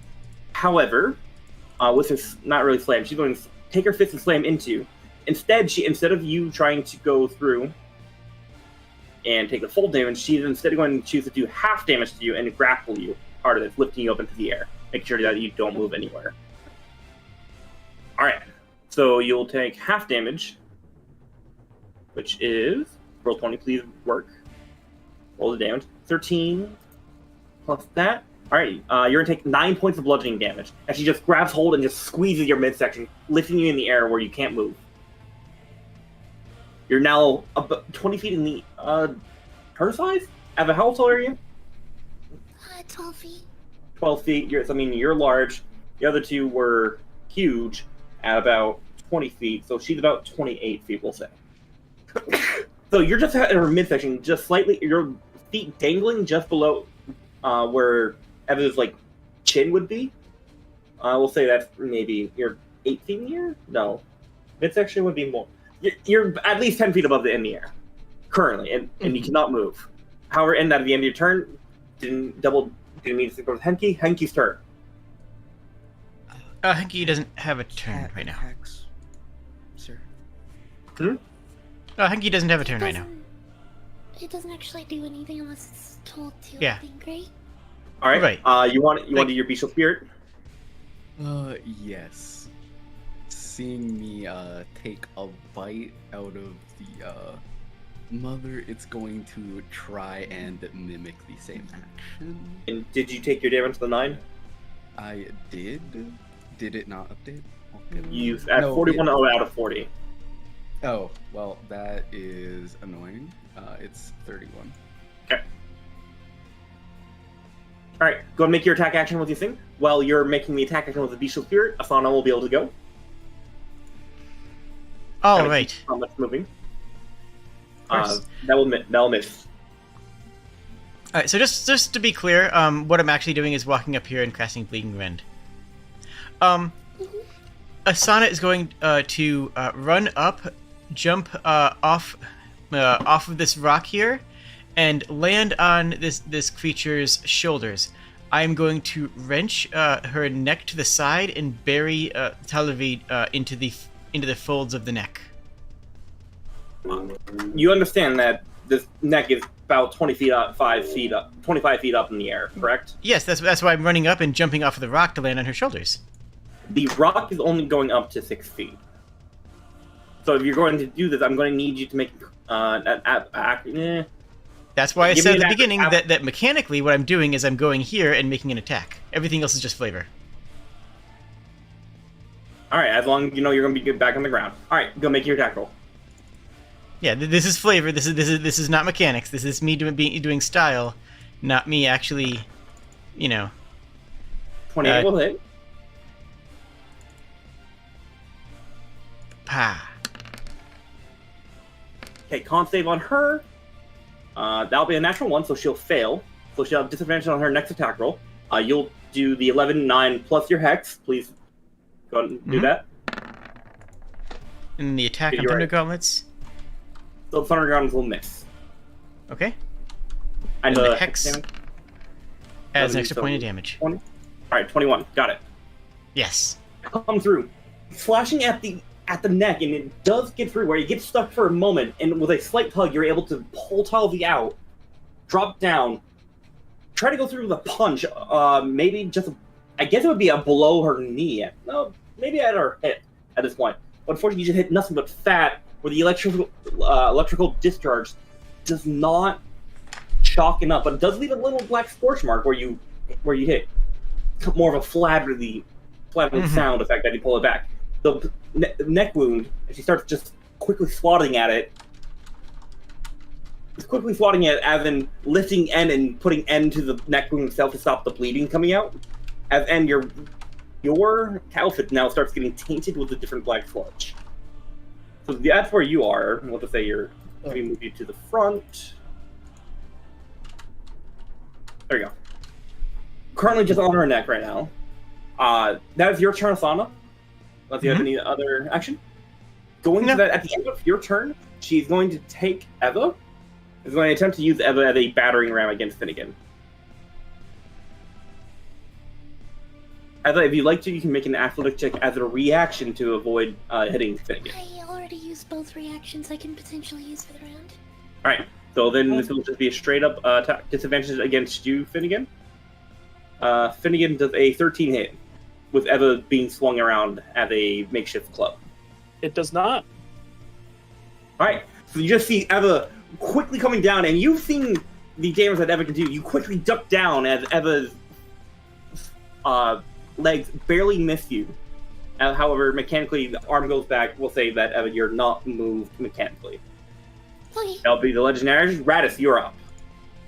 Oh, heck yeah. So what we're gonna do is we're gonna kind of rustle more in the bushes up here, and I want to take another shot with my light crossbow, aiming more for the head this time. Aiming for the head. Is that a cold shot? We'll make it a cold shot. Why not? All right, roll at advantage. Oh. Bing. 25? Okay. So with the cold shot, we're going to add plus 4 to the AC. However, that is still a hit. You hit directly into the head and go ahead and roll a D100 in addition to your normal damage. Oh, a D100. Well, hold on. One thing at a time. So let's do, that's damage. And we're gonna get that sneak attack in there, and then D100. Give me one moment to open up a PDF real quick.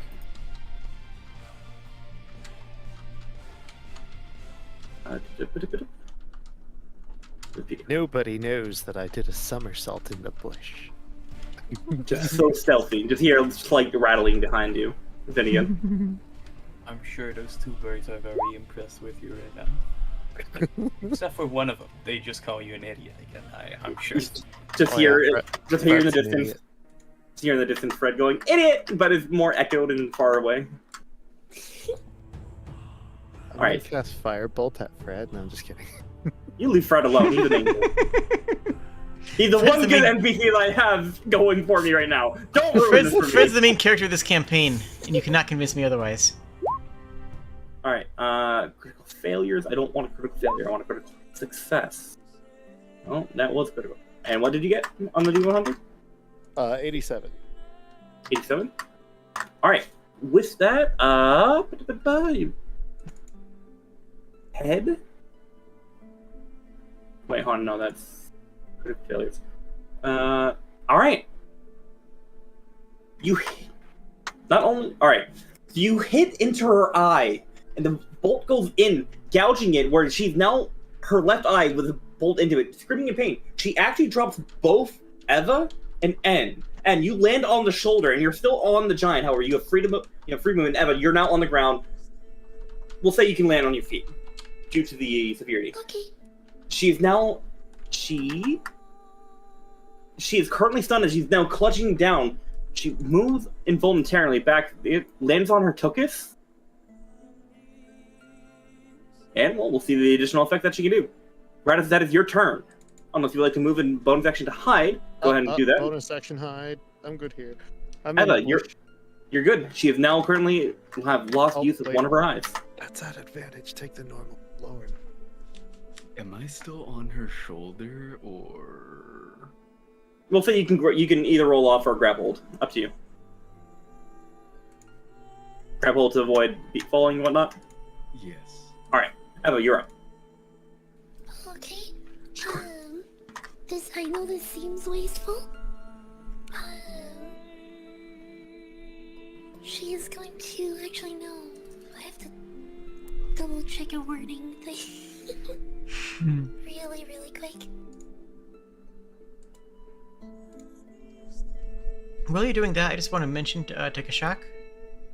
Sprig, interrupt me when you're ready. The statue's action is technically supposed to always be after mine, or it doesn't really matter when it is. But the statue on its action can't do anything other than move or dodge. Any other actions are flagged by bonus actions from myself or someone in the Pact of Broken Snow. So the statue's initiative order is literally just, does statue want to walk? That's why I was asking if you wanted Yeah. to move or not. I'm just clarifying. Yeah. All right, you're up. So yeah, Ava is going to use one of her reactions. She uses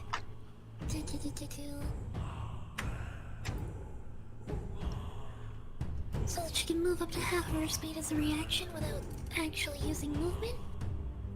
Okay. Get herself back into the fight. Ah. I get it. And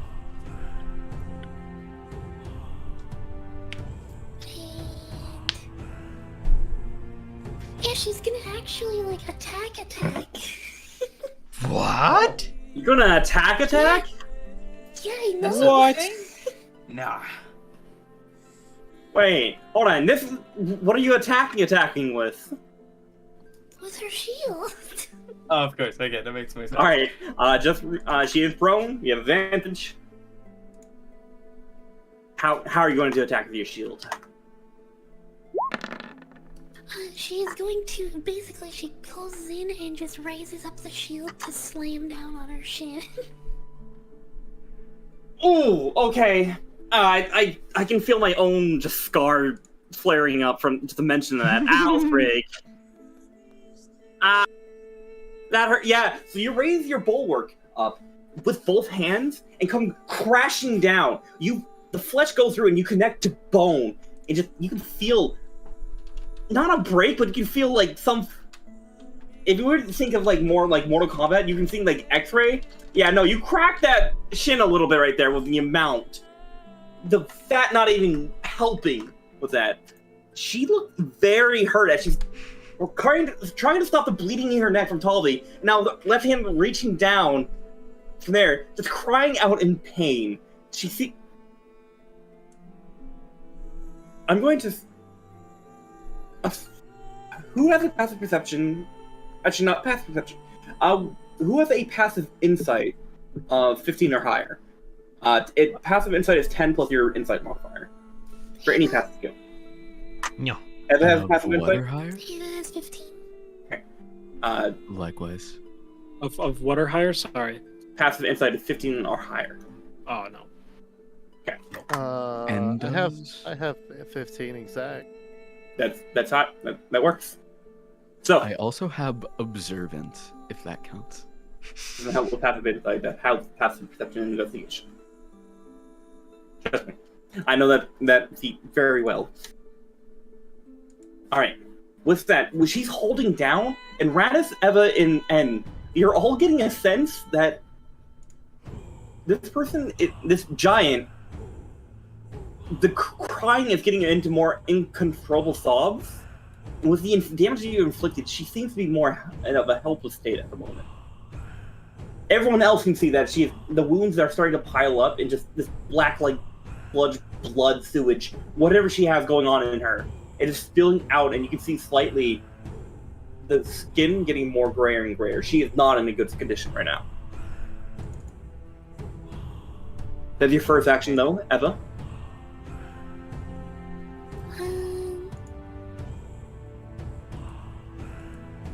Yeah, she offers offered it to the daughters too. She'll stop attacking there, and he's basically just shouting at her, "You get lost and never come back here." In between, I'm not gonna try to uncontrollably sob and whatnot. In between the different sobs and whatnot, you can see the one eye just remaining just yellow with whatever it is. Looks up like, in a very pitiful voice, and like, "I don't think I can walk."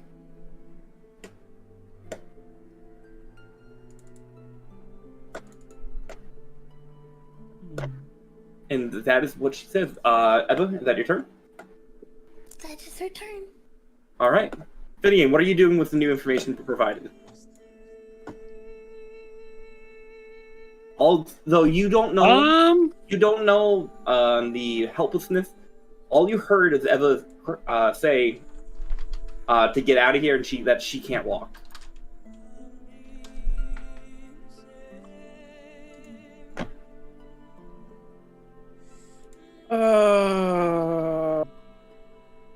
Stop making me feel bad for the things that we're killing.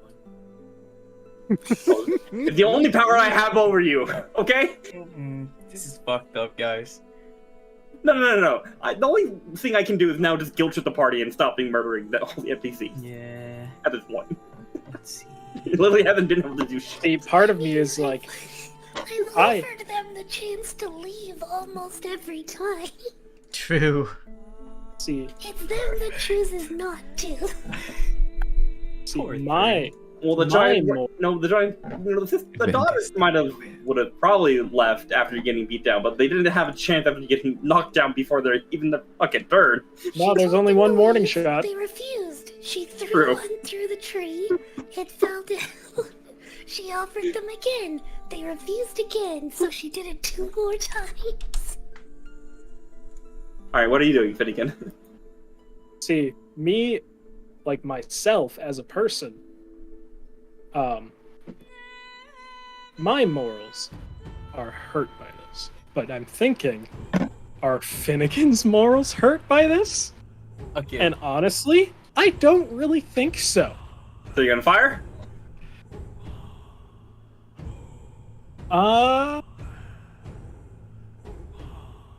Yeah.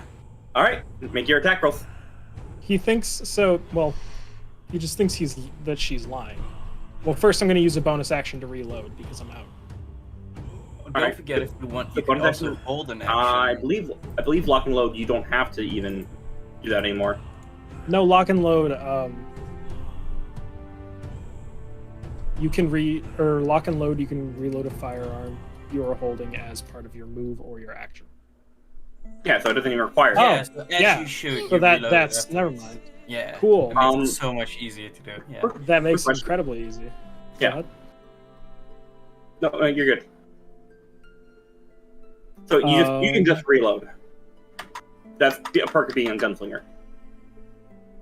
Did not know that. Or I mean, I knew that, but I just didn't fully understand the wording. All right, murder hobo, roll your attack rolls. Murder. Okay. hobos. Well, hold on. No, she's clearly looking at a surrender. You're choosing to attack. You're a murder hobo now. Roll your attack rolls. Do it. Actually, who brought up that I could hold the action? Me. Man, Yeah, going you back could like on his hold chair. it in case she shows aggression. Yeah, that's what I was gonna do. I was gonna hold in case of aggression. Coward. But All right. he's You roll- definitely like he's looking her dead in the eyes, aiming at her.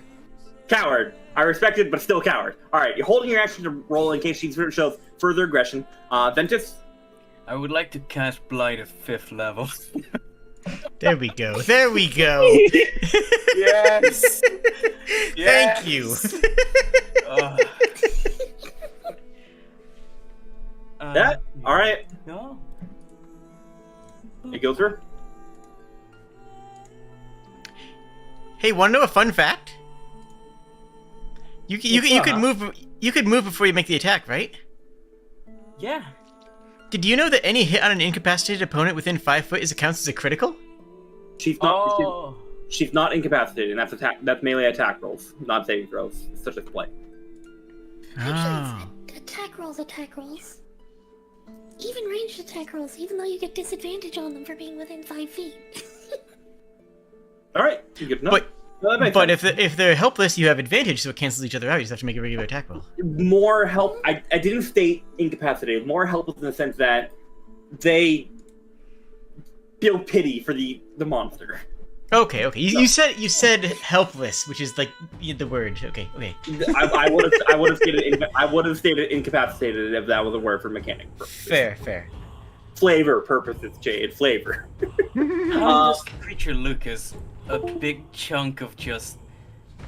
Well, Minnie, Yeah. she's old. She is diseased. She is old. She is hurt. Describe how the blight takes hold. Okay, so she just sits there crying, and suddenly you see the very tears in her eyes dry up as I just suck all the air, like all the moisture out of her in like one fucking fell swoop, just like violently, just like you see her just go from just fat and like, you know, like very big and well, you know, just into like almost desiccated. Just like completely drained, just the sunken bones. And as a bonus action, I would like to use my last few points to teleport right next to her so I can see the life leave her eyes. And as the life leaves her eyes, the blight takes hold, the veins pointing, and her skin starts to rot off itself. Just, I believe the term is necropsy. Be quiet, creature. You can join your children now. As the flesh literally starts rotting off the bone, and just discarded, wasted sewage spills out of the different pores and orifices. The pot itself that was embedded in her comes free. And at the angle she's sitting, it just simply rolls off. D4 very quick. Roll 20, stop being slow. 4, and it doesn't tip over, spilling its contents onto Eva. And simply just almost like a coin. No, not a coin. A tipping. The pot tips slightly, but then rocks back and forth, and eventually stabilizing. The tears drying up, and she just looks into your eyes. She gasps for air and is about to say something, but the life leaves the person.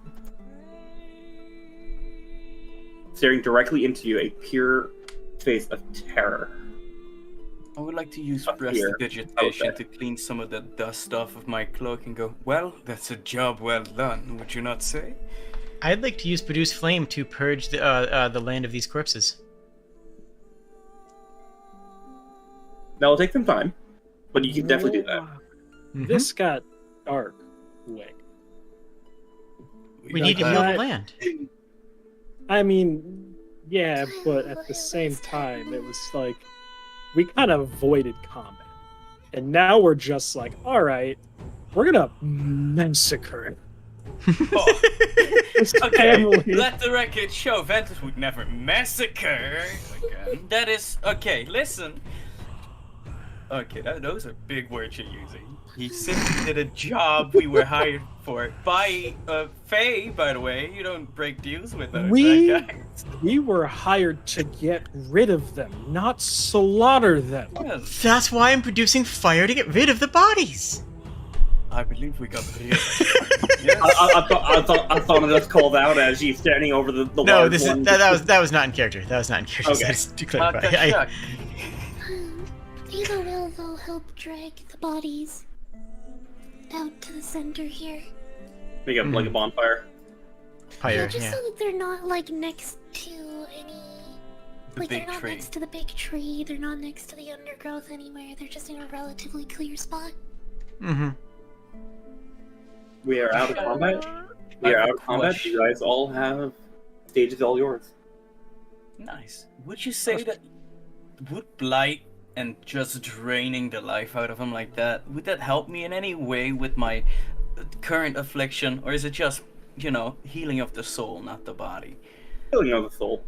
Ah, perfect. I'll take a W where I can.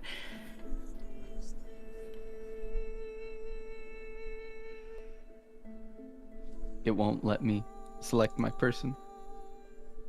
Okay, I'm good. Hippity hoppity, your shit's property. Yeah, I nearly shot water out of my nose. It was a miracle that I had just finished my sip before I looked, or I definitely would have. So Asana's currently starting to do it. This is going to take some time because these had, well, maybe not the big one, but the other one still had pretty fatty tissue and whatnot. So this is going to take some time for the bonfire to go. I'm going to say, as the fire is starting to go, anyone else doing anything of interest as several different bird heads start popping out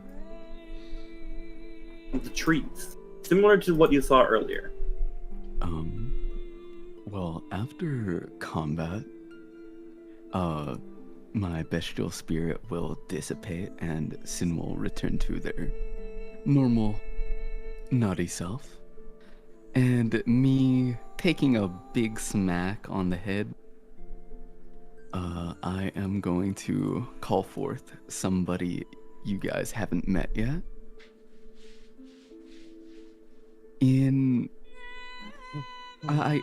I knelt down and started scratching Sin, and her body starts shaking, and a light gold sheen envelops them.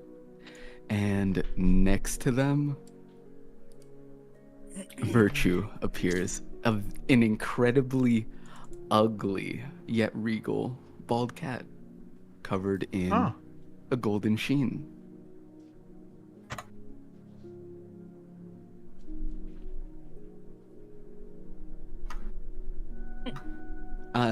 It's going to crawl up to my shoulder and just sit there. No explanations. Okay. I'm gonna be focused on cleansing the bodies.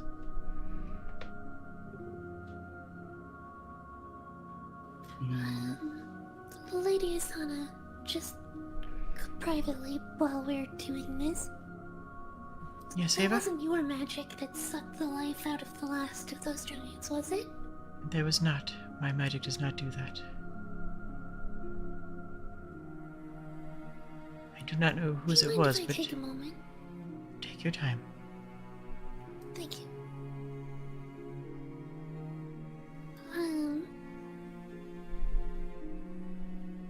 And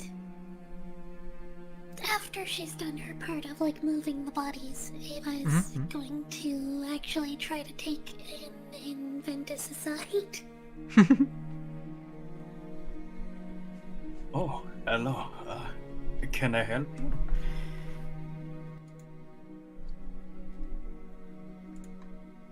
Was that your magic at the very end that drained the life out of the giant? It was. Why?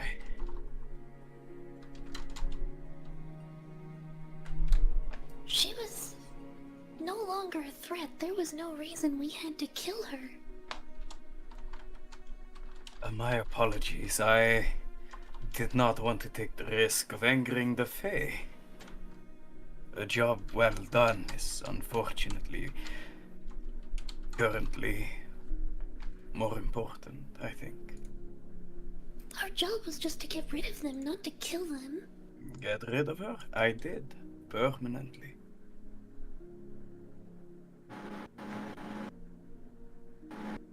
If you get rid of an enemy for a Fae and they return, would they count that as breaking the contract? No? I don't see any reason they would. We see this differently, but I will be sure to keep this in mind in case we are not bound by the contract of a Fae. I will be sure to honor your wishes for mercy, yes?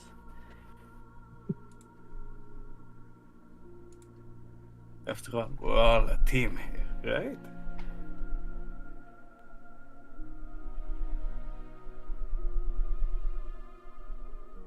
I don't want to kill anyone that we don't need to. I understand. It should be our absolute last resort. I completely agree.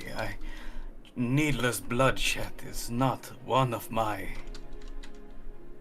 joys, I must tell you. It is only in rare occasions where it is, in my opinion, a must will I go this far. I assure you, Lady Eva.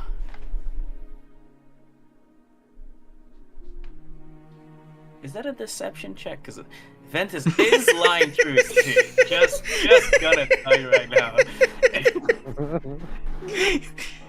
I would.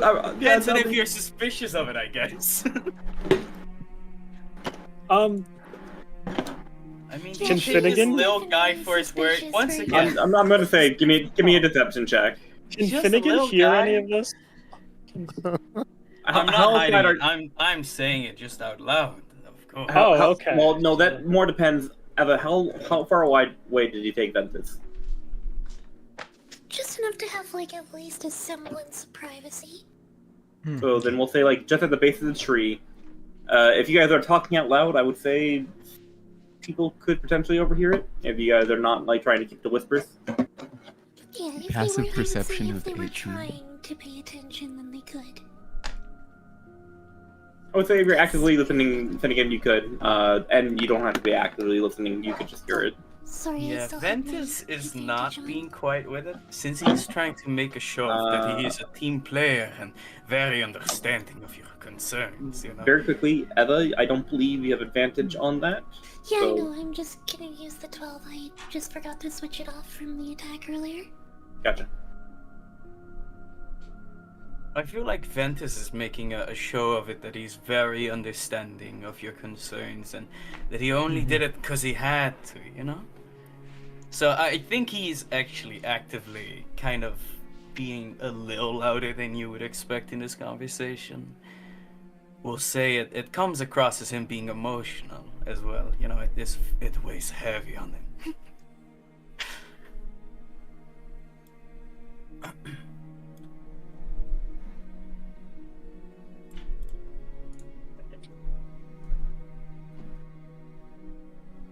But I fully understand. I simply do not wish to take any risk when it comes to the Fae. I'm afraid my worries got ahead of me. I apologize. I did not mean to upset you. As long as we at least try not to kill anyone, Once again, it it's was at least something. purely necessity. I apologize.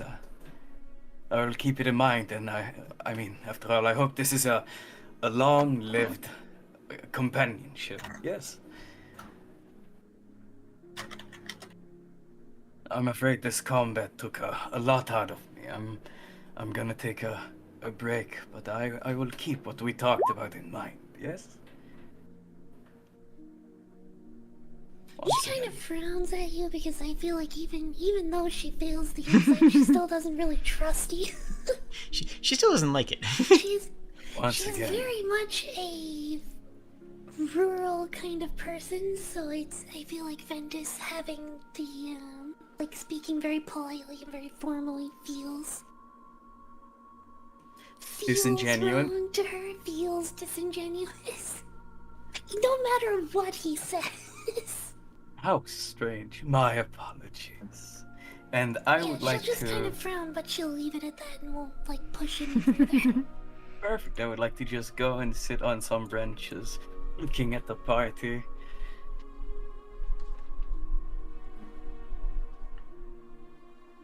Finnegan's giving you hard glares. If you're sitting on the branch and whatnot, you didn't notice this before, and I think no one would have. Maybe only Raditz, but as you sit down and you like look around, you just see a black raven on your left side, right on that branch, just staring at you. So much as what you think, you can recognize this is immediately Fred and whatnot. Is currently just standing directly at you, not saying a word. Ventus. Nice. Finnegan. Wait, do I notice Finn just staring at me? Are you trying to hide it, Finn? No. Yeah, I would say you would notice. Okay, I have a question, Kashak. Mm-hmm. would you allow me to flavor up me casting like Eldritch Sight to my eyes becoming slightly brighter for a moment? Flavor is all up to the player. Perfect. I would like to do that, and then just wink at Finnegan, and then just deactivate it and look back at just the rest of the party and just continue. He has a hand on the holster. Once again, 19 passive intimidation.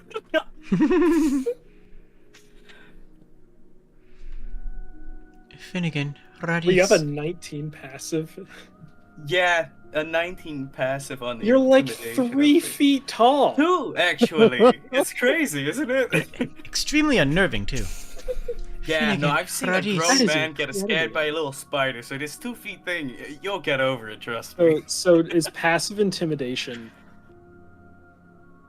Is that just charisma plus your intimidation modifier? It's or- intimidation plus 10. Any passive skill is you can have a passive strength, passive dex, passive skills and whatnot. It is 10 plus the modifier. So if let's say your deception is 8, you have a passive deception of 18. We don't always use passive skills. Passive deception is definitely the most we use, but sometimes passive skills will come into effect. Finnegan, Radis. We must cleanse the area. Would you assist in picking up any of the fluids that have been spilled?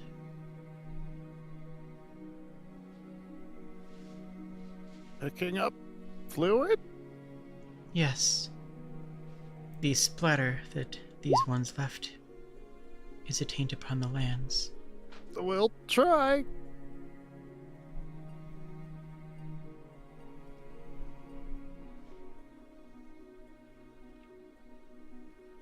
I guess I'll go find what looks like fluid on the ground and Mhm. try to pick it up.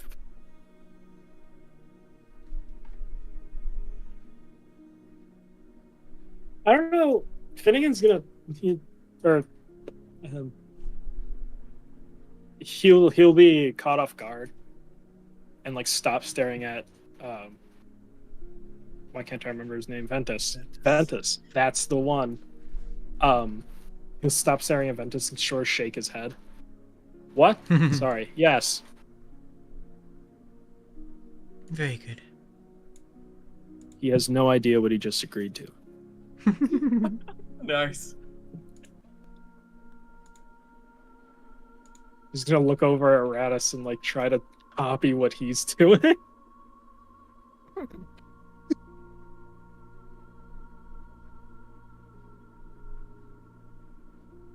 Is Kashak still here? Kashak No, he had, said be right back. Router. Oh, Yeah. Router friendly. Noticing Ventus took a seat behind him, and's going to, while still writing down what the contents of Ava and his conversation in his notebook, he's gonna turn around, point his quill at Ventus, and message him. I'm going to whisper this, smile, but yeah, that's what I'm doing.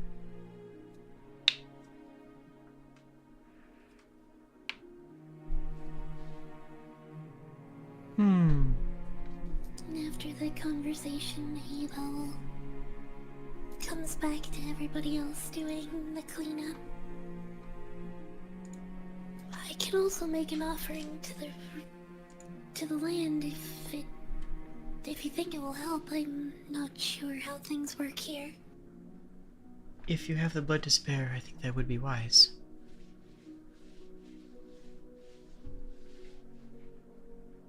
It was only some burns, at least, not any serious injury. Then I believe that would be a good idea.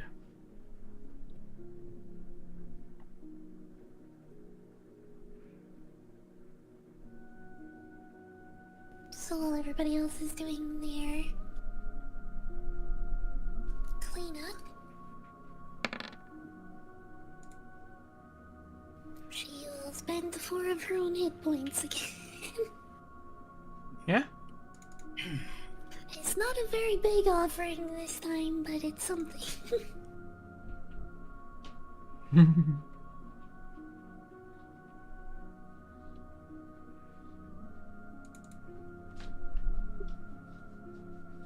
It is 50 feet, so like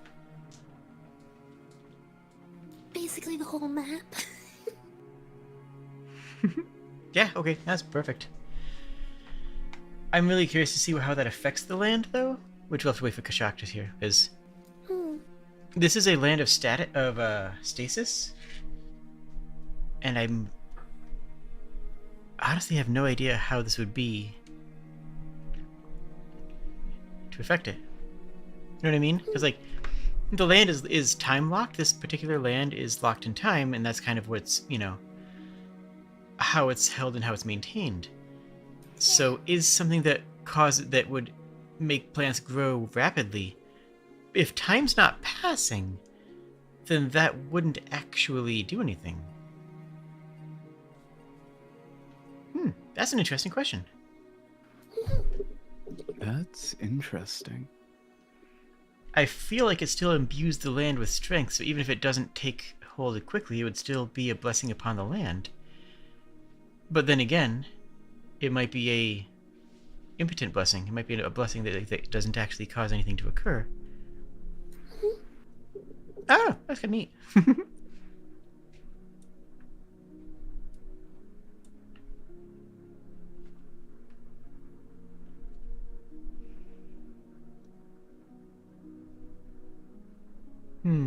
If only we had a DM. DnD. Isn't it nice making friends? Well, do you guys just want to roleplay while we wait for him to get back? Yes. Oh, never mind. Leave it out. Of No. course.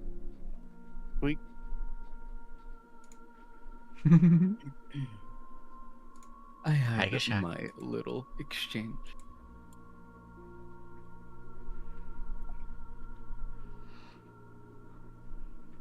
Is Kashak there? I am curious. How did Speak, that- apparition. Are you guys getting rid of the spilled,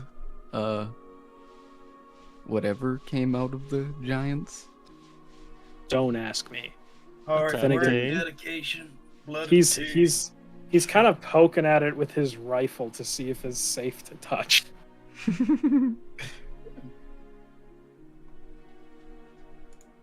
Like very gingerly just pinching a cloth and like trying to wipe it up. I'm sure they're very successful. I wonder what. I would like to walk over to Em and be like, "What type of notes are you writing on their cleaning abilities?" Well, I'm just wondering how they're reacting to the whatever that is, because I'm not going to help willingly, especially if it's, you know, detrimental. Yes, it could be horrible for your health. I wouldn't want to risk it either. And I think they got it covered. They're doing such a good job already. As they are. I mean, look at Radis, was it? He is oh so delicate with the cloth. Where did he get that cloth? So inquisitive too. Like this.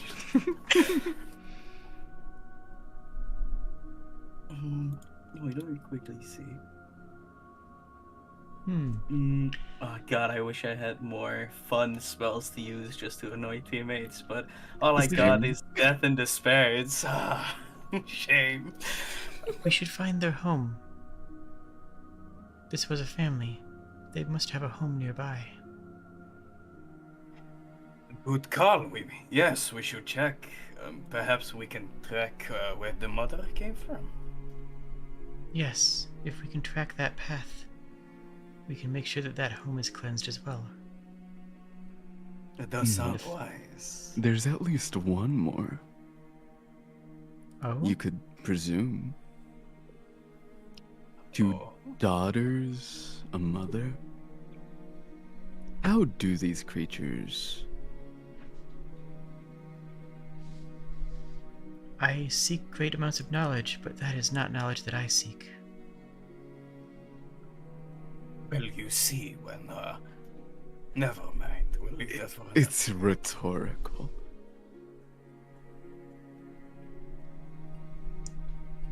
Perhaps some mysteries would be best left unsolved, I say.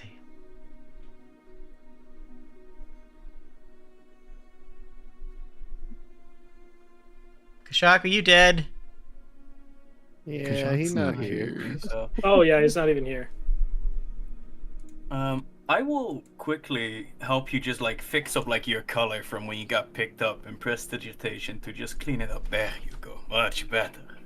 Must be presentable, yes.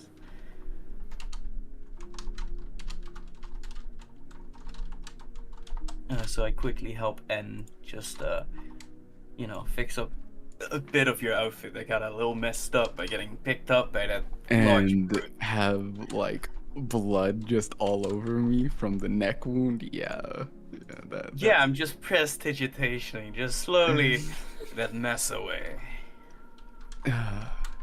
It's so Thank hard you. to get blood out of a nice piece of clothing without magic. Ah, olden days.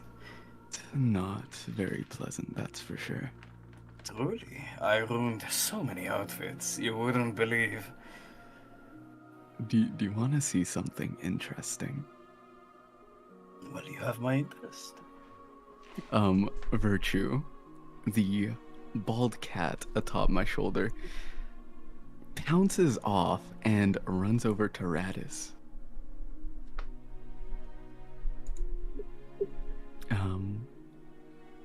Clawing at his leg, you start to feel a little more limber, feel good as a golden aura envelops you. I use enhance ability to boost your dexterity ever so slightly. Nice. Now that's what I call skill with a piece of cloth. Yes. Well done. Radis would pet your cat. Unlike Sin, she's not haughty and leans into it, you know, purring with content. Good kitty. And then runs back to me after that exchange. Yeah. Hello, can I be heard? Hello, Malcolm. Hi, I can hear you. I can Alright, hear well, a fan. We missed you. Let me turn that down. I apologize. I am now on the Discord web browser Ooh. instead of the actual Discord app. It has more. You'll need to re-enable Yeah. Crisp. Yeah, you might need Crisp for it now. I don't have access to Chris. I'm actually just shutting off my fan. Crisp, So, Crisp isn't in the web browser. Yeah, I think that's only in Oh. the app. Wait, hold on. Oh. Hey, it actually just opened up on finally on here. Cool. Yo! Yo. I sound fine now. No fan. Welcome back. We missed you. No fan. I Welcome back. heavily apologize. I was keeping track through the YouTube stream. Keep going. I'm just here now. Finally. Hi, how's it doing? We did have an important question. Okay. Several. I guess I missed those questions. What are the questions? I do apologize on the whole internet thing. It happens. I forgive you. No, you don't. You're lying to me. All right. Yes. What's the question? Those three. I think the first one we had was, how Ava's ritual affects the wild here. Because this is a place that's, like, outside of time, so to speak. That So, how would a thing that causes plants to grow affect the area?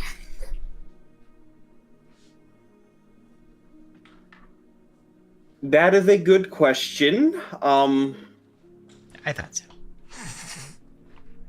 I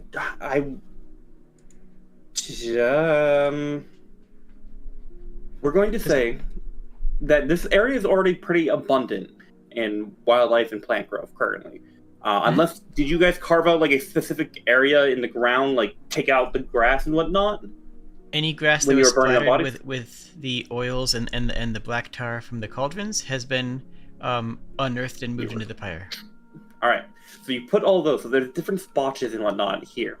What I'll say is, with what you can do here, Eva, it's going to take half of your blood to do it. The land here is so fertile in ranch with just natural, phage magic that your effect is doubled. So you would only need to do half the amount of HP to actually fully fix here than normal. So use the hit dice right before, and then you would make a thing overgrown, or any planted charge within 50 feet per hit dice then become overgrown. Yep. And you already used one hit die from what I remember. Yes, I just used the hit die for it too. Then we'll just say, if that's the case, your one hit die will just make sure that everything is regrown. If not the same, slightly better, due to the enrichment of your fertile plug added.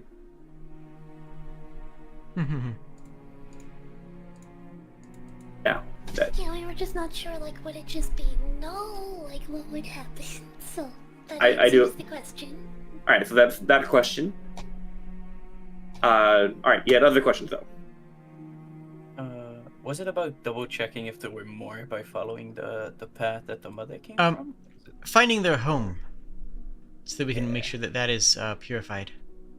Alright, there are many different tracks and whatnot going through here. I'm going to need one of you to give... Actually, you wouldn't even need to. As you're asking about home and whatnot, Fred and George, George now on the same log as you, Ventus, just on the other side of you. I'll add him very quickly. Fred, they both, in unison and whatnot, tell you, No, they wanderers, no man. They just found tried to make home, temporary home here. But no temporary home, because, well, they make a squawk, and George gets up in 2 feet, and he points at one wing at Eva, and then points at the tree, and then push motion toward the tree. Because of her. No home because of her. Can I lean back slightly on this log and just like scratch his like chin and be like, so there's no more enemies alive? Or is this the job done? No, there are plenty of enemies of the lady. Lady has many enemies, many adversaries. Many people who are jealous of her power. These ones... This family is just dispatched. Perfect. So, And this was the enemies that were inside of her woods, are they not? one of many. There are many enemies inside of her woods? Or there are many enemies that she has? At this point, Fred kind of looks at George and kind of takes a couple steps back, hops off the log, and George... It's almost like someone disgruntled. If a bird could be disgruntled. Anyone can be an enemy. Are you an enemy to the lady?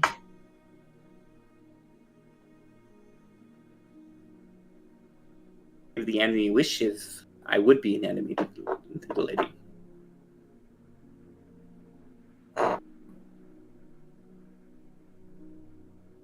The lady has all dominion over her woods. Her title, the lady's, Yes. her crown, her necklace. Fred, what item? The source of her power, attractive, shiny even to us, envy to all. I see. everyone can be an enemy. Means you he points a wing to Radis. Means you, and he points a wing to Virtue. Anyone could be enemy or friend. I see. Especially that one. He just points both wings to Radis. Me? Idiot. Idiot? Yes. You're an idiot. I'm sorry. I'm no idiot. My voice isn't. Did you drink sludge? No. Well, your voice sounds crack.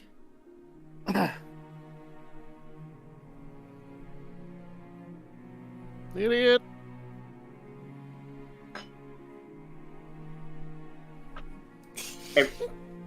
Anyone is enemy, especially idiots. Fred is enemy. Fred isn't the one talking. And it's George, the white bird, who's talking. George is enemy.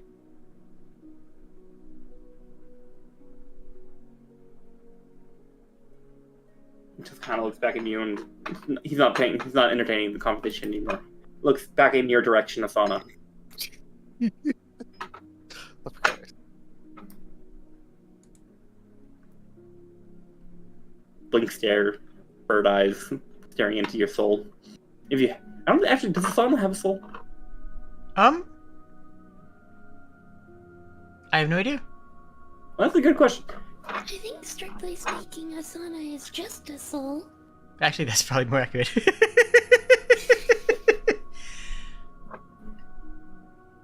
Yeah. I guess Asana would be a spirit is how I would phrase it, but is a spirit given life, with who doesn't have a corporeal form. So yeah, I think that Asana really it only is what would be considered a soul. Wait, did anybody mention that in character or no? I don't know what part of the conversation is in character at the moment. Asking for no reason, of course. The last in-character conversation was George looking at Asana after calling every idiot is an enemy. Oh, perfect. Okay. Okay, in that case, no need for notes on that part. We have cleansed the land that you have brought us to. We have even repaired the damage that has been done.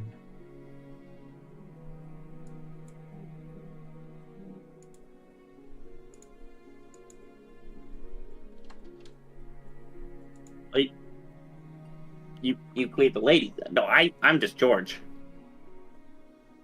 Yes. And you led us here, did you not? Yes, but Yes. well, what we'd like to do? Me and Fred can bring you back. We can wait, or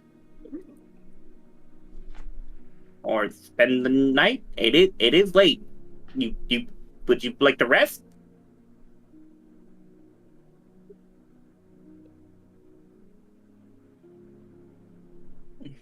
To be frank, Fred and George don't have any more further direction other than to bring you here. Very well. When the time is right, you will return us to the lady. Do we need rest first? I wouldn't mind a short breather. I need to clean up. I've had to do the ritual twice today already. Then we shall rest for the evening. Let us make our preparations. This clearing is as good as any, and better than most.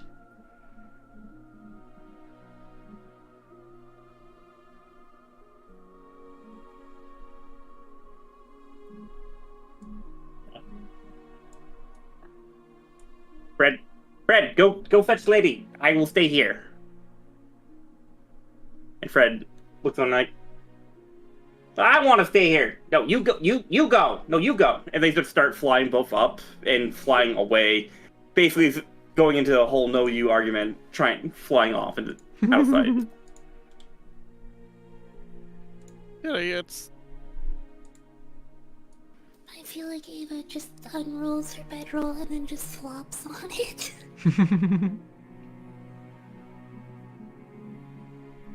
Asana will just sit with her back to the tree.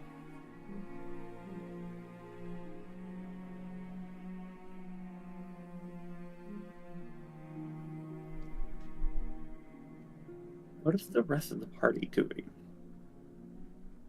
Gideon, Randus, Yeah. what are you two up to? Hard work, I'm sure. Well, now that What are you trying to say? the cleaning is done, I'm gonna come over here, sit down, and kind of gaze at the sky. See what it kind of looks like. Guy, as you look up. At this point in time, it's at least here in the Feywild. You don't see stars. However, from what you've been on the material plane, you don't see any stars, but instead you just see dozens of. You would want to point out lightning bugs, but it's quite unclear whether or not they are distant pixies or sprites just dancing in the night. It is currently a lunar moon, or half-waning moon. Oh, so the stars do change here? The moons change. Ah, okay. There are no stars. The half-waning moon currently, maybe about, let's say, 11 o'clock in the sky. As the different lightning bugs dancing around, eventually, as you're looking up, the light in the sky, similar to that, almost like the northern lights here, start to fill out. That of a more just grading of purple to blue, pink, just filling out, dancing across the sky, behind, in the background of the lightning bugs. That's what you currently see. The wind's blowing, creating a nice breeze here in the open clearing. The giant tree swaying. Oh, some branches swaying, giving way to the wind.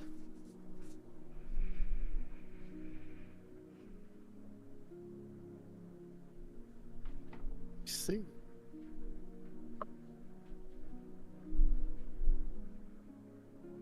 So majestic.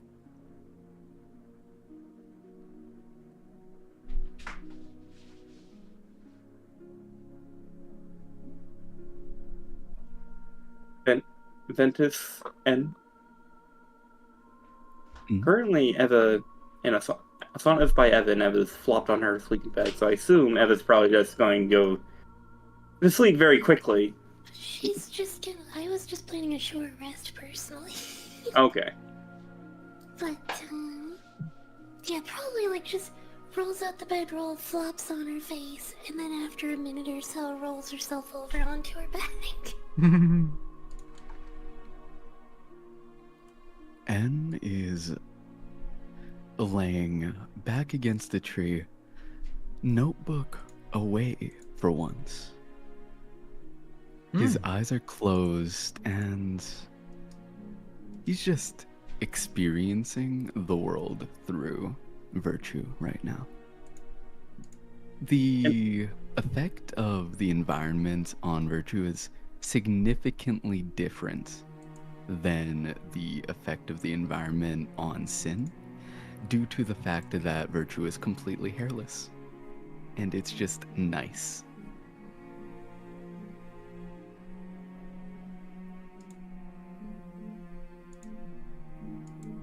Any good? I forgot that I was muted.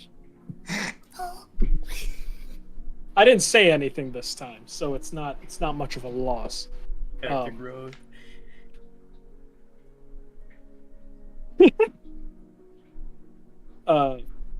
Finnegan is currently just looking at the ground. And he does it. He looks very focused on something. Like, believe it or not, as if he's thinking.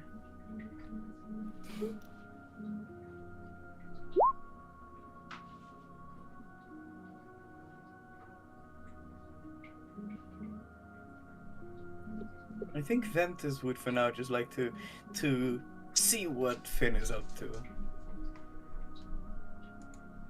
You know, he noticed a certain look earlier, and he's just very intrigued in. Wait, who's the Kashak again? Ah, farewell, Kashak. Oh no. And what Oh. Finnegan is up to. We continue. Very interested. I mean, it's good to know your allies, yes. So for now, I would like to just observe what this individual is up to.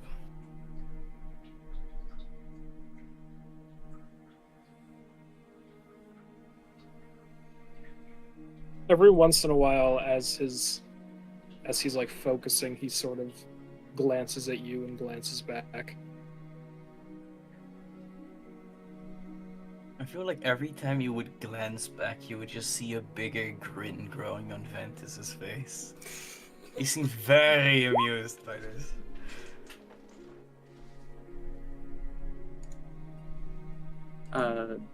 Is anyone talking right now? I'm sorry, my Discord Hi. left me again. Welcome back. Welcome. We missed back. you. Welcome back. At the moment, Ventus. Oh. Oh. Hello, Is Kashak. that a returned Kashak? Shock. He's dead. Yeah, I You do believe so. continue. After a while of just observing, Ventus would like to walk over and be like, "You seem to be looking for something, perhaps lost in thought. Maybe I can be of assistance."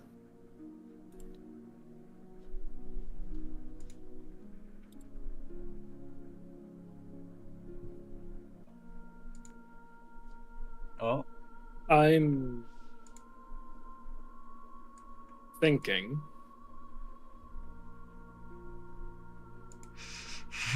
about what happened earlier.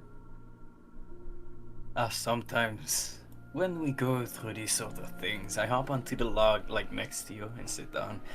It helps to talk with companions about the experiences we share.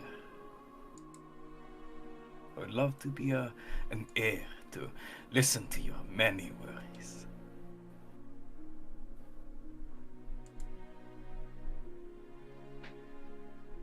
As you sit down, Finnegan is going to stand up and like noticeably move away from you. You seem visibly more, how should I put this, uncomfortable. Perhaps it's about what I had to do earlier. Had to do. Well, yes, when you make a contract with the Fae, you don't leave loose ends, I'm afraid. I'm sure that as you learn more about these Fae-like creatures and similar entities, you will hopefully one day understand the choices I was forced to make. You weren't forced. As I remember, she said to get rid of. She didn't say kill. If she wanted us to kill, she would have specified. That's something I've picked up on pretty quickly. Very true, but you also mentioned that there was plenty of life force to be found. In a way, we I made will sure to remind you. get rid of it permanently. Yes. I will remind you that this land was not easy to walk into. Creatures do not simply stumble upon this place.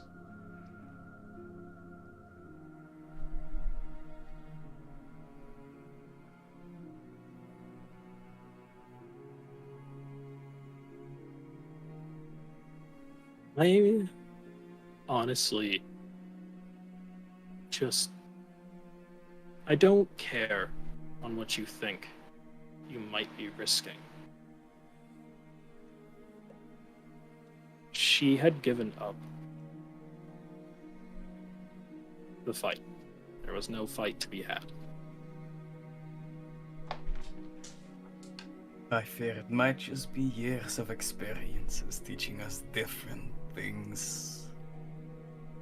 I pray you never have to learn that sometimes giving a obvious future enemy an opportunity to have mercy and escape is not truly a mercy. A fight might be over for the moment, but time has many twists and turns, and fate is not so easily broken. That you actually don't know me. You don't know what I've done. You don't know That what is I've very true. done. Don't talk like you do. My apologies. I didn't mean to step on any sensitive things. I fear it might just be a different way of communicating. No offense meant, of course. I'm inclined to agree with the small one. An invasive species must be purged.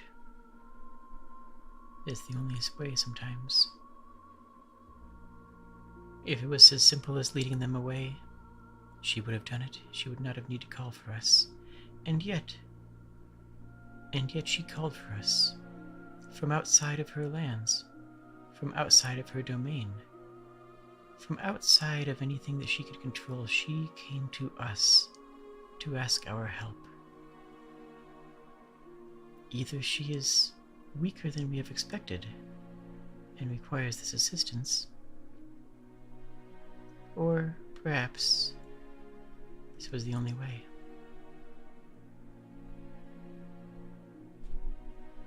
I'm inclined. When you're... Sorry, go on. Lady Hassan, I didn't mean to interrupt. I am inclined to believe that if it was as simple as leading them away, then she would have done that already.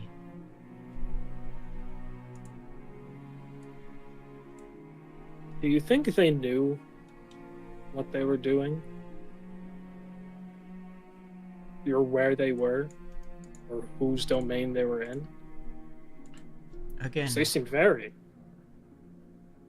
this is Does not a a place disease one know the stumbles upon. lives? Do you think a disease knows what lives it wreaks as it simply reproduces? The poor, innocent villagers, poor and helpless, wilting away.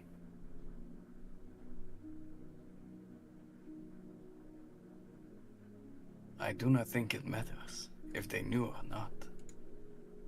But the fact remains that they were an obstacle. And we had a job to do.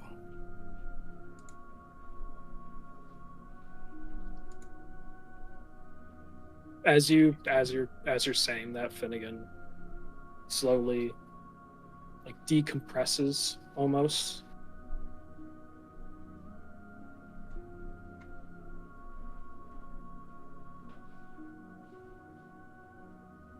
I need to think more about this. Take your time. It's always hard taking a life that no longer wishes to fight. But trust me, you grow numb to it. And then I will walk back to the log I was sitting on earlier. I have seen this cycle tens of thousands of times. It is not numbness so much as it is acceptance. The moon waxes and wanes. The seasons rise and fall. Life comes and goes. In the final moments, though it may be tragic, there is little enough to be done. And so, we may have been less peaceful than nature might otherwise prefer, but it is not. I do not find it to be as concerning as you do. I do not understand your concerns, nor do I have to. But rest your heart well, knowing that it would have happened through some path, whether us or others called to do the same, or simply the seasons grinding them down. In time, all things will die. It is not as big a deal as mortals make it.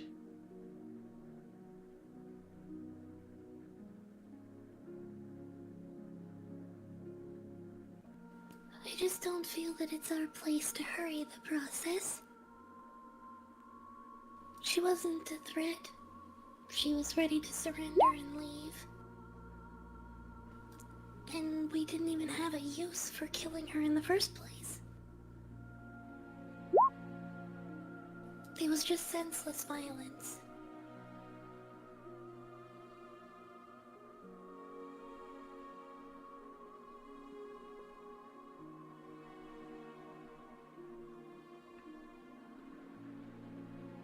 At least that's my thought.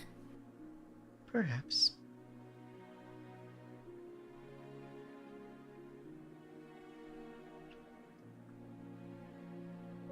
Throughout my albeit short life, I've had to make or do things that I'd hope I never have to do ever again.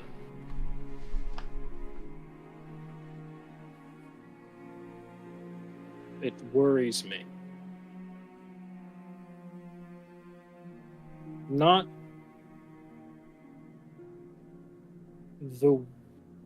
the fact that it happened, but the way it happened.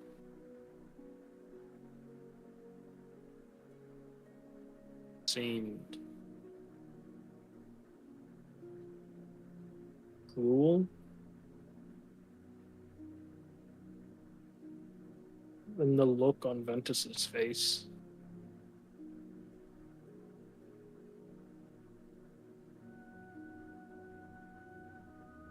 It unnerves me. I do not take joy in it, but it has happened. If I'm being honest, you unnerve me for like different reasons, but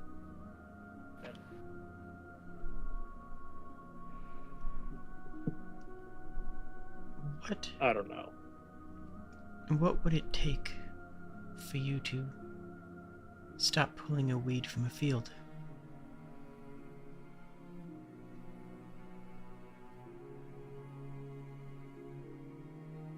The weed does not wish to be pulled, and pulling it surely kills it as surely as drawing a knife to this creature's throat.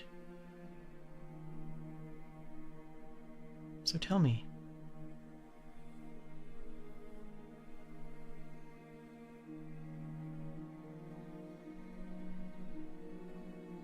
I won't pull.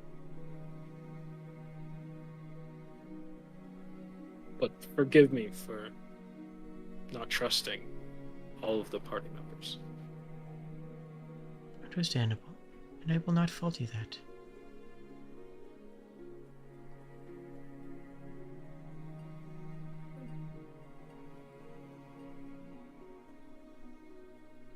But consider this. The weed does not wish to be pulled, but for the health of the crops it must be.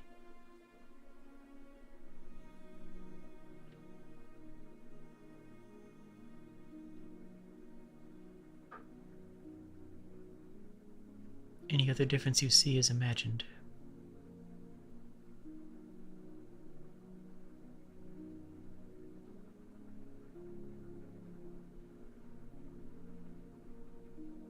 I can understand pulling a weed to protect the crops, to fell a tree to house a family, but to kill something that is otherwise doing no harm. Or no longer going to do harm. It sits wrongly with me. As it would with me as well. Though, these creatures did appear to be harming, simply by their nature. This black ooze that they extruded disrupted the balance of this place. The Lady of the Forest must speak on this with you, I believe, for she can explain why better than I can, for this is not my land. But I have been led to believe that this was a type of blight upon this land. If we were misled into this, then I shall be as double irate as you are.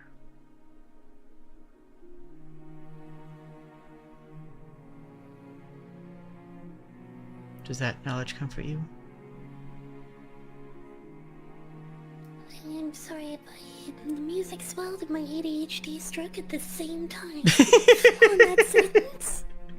I heard the doo-doo-doo, it just completely phased out mid-sentence. I'm That sorry. is so fucking relatable. Oh god. I said that, yeah. We were led to believe that this was a blight upon this land. If we were misled into believing that, then I will be as angry as you are. Hmm.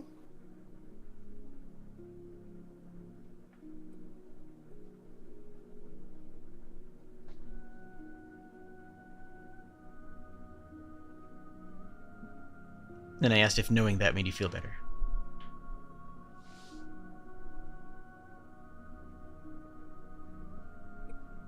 Somewhat.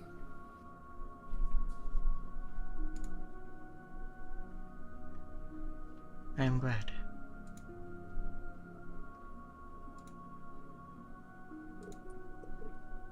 Ventus finds this almost therapeutic. Just to see, like, people still this young struggling with this. It's almost therapeutic. Oh. He loves it. I was actually typing something out that I am absolutely loving this interaction. Oh, perfect. I was like, here, I'll send it in the chat. But yeah, like Finnegan did this shit all the time as a pirate. And he's sort of like shut that out as his past. But like as you said, like the plague on villages, that's the moment I had the realization, and Finn had the realization that holy shit, he used to do this all the time. I love it so much. Oh, this is. And you making the comment on like making the tough decision to kill so that it like doesn't come back to haunt you, or like cutting all ties. He literally believes he killed his father Mm-hmm. because he didn't want him to be hunted down. He didn't want to be hunted. He wanted to cut all ties. Oh, I love that. So That it's just like made it too much adds sense another suddenly. another layer. Yeah, he made way too much sense to Finnegan suddenly, and that's why he completely like decompressed immediately.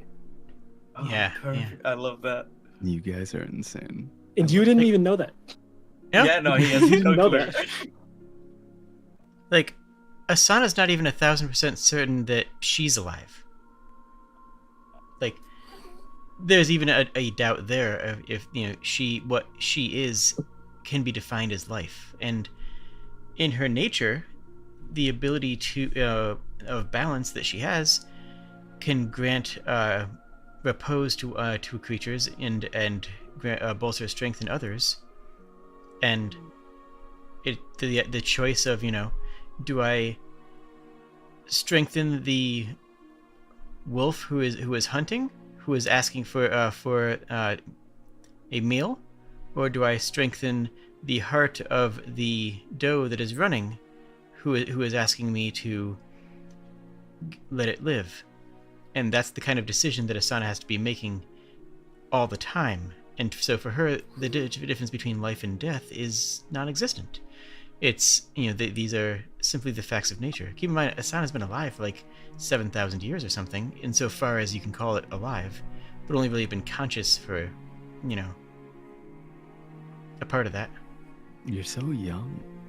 True. Yeah. I mean, that's actually one of the things I was going to bring up to the Lady of the Woods, is that Asana is a very young spirit, still inexperienced in the ways of this world. That's why her flock died and was killed, because she couldn't protect them, because she didn't know how. Because, she's only a couple thousand years old and didn't know what was how to protect those who trusted her with their protection.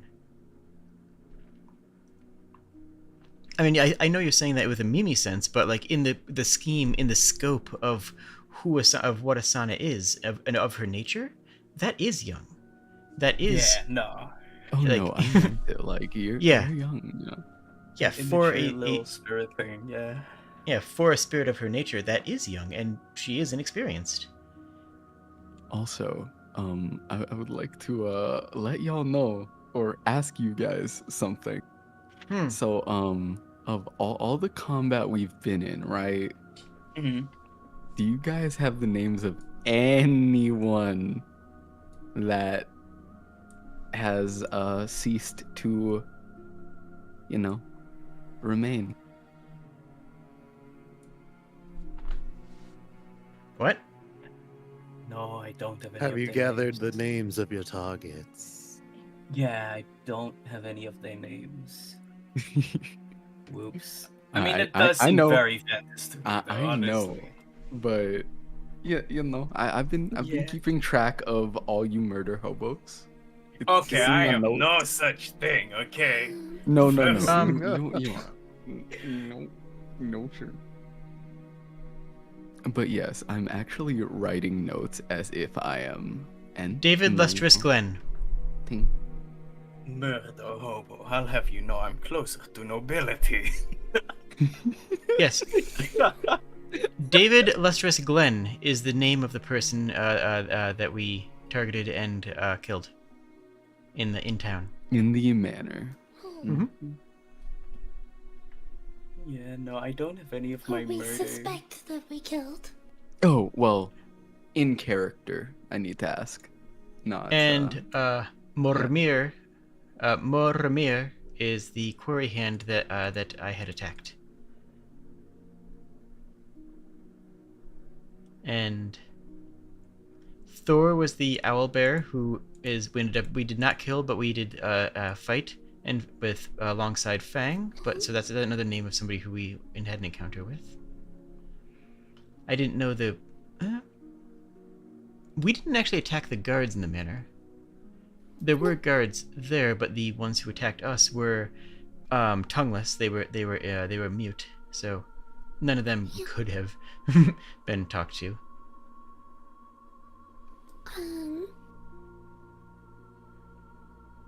Yeah, I'm thinking actually, it's like I've been playing the scene this way, and I'm pretty sure this is accurate. Those giants are the first time that Ava has killed. Yeah.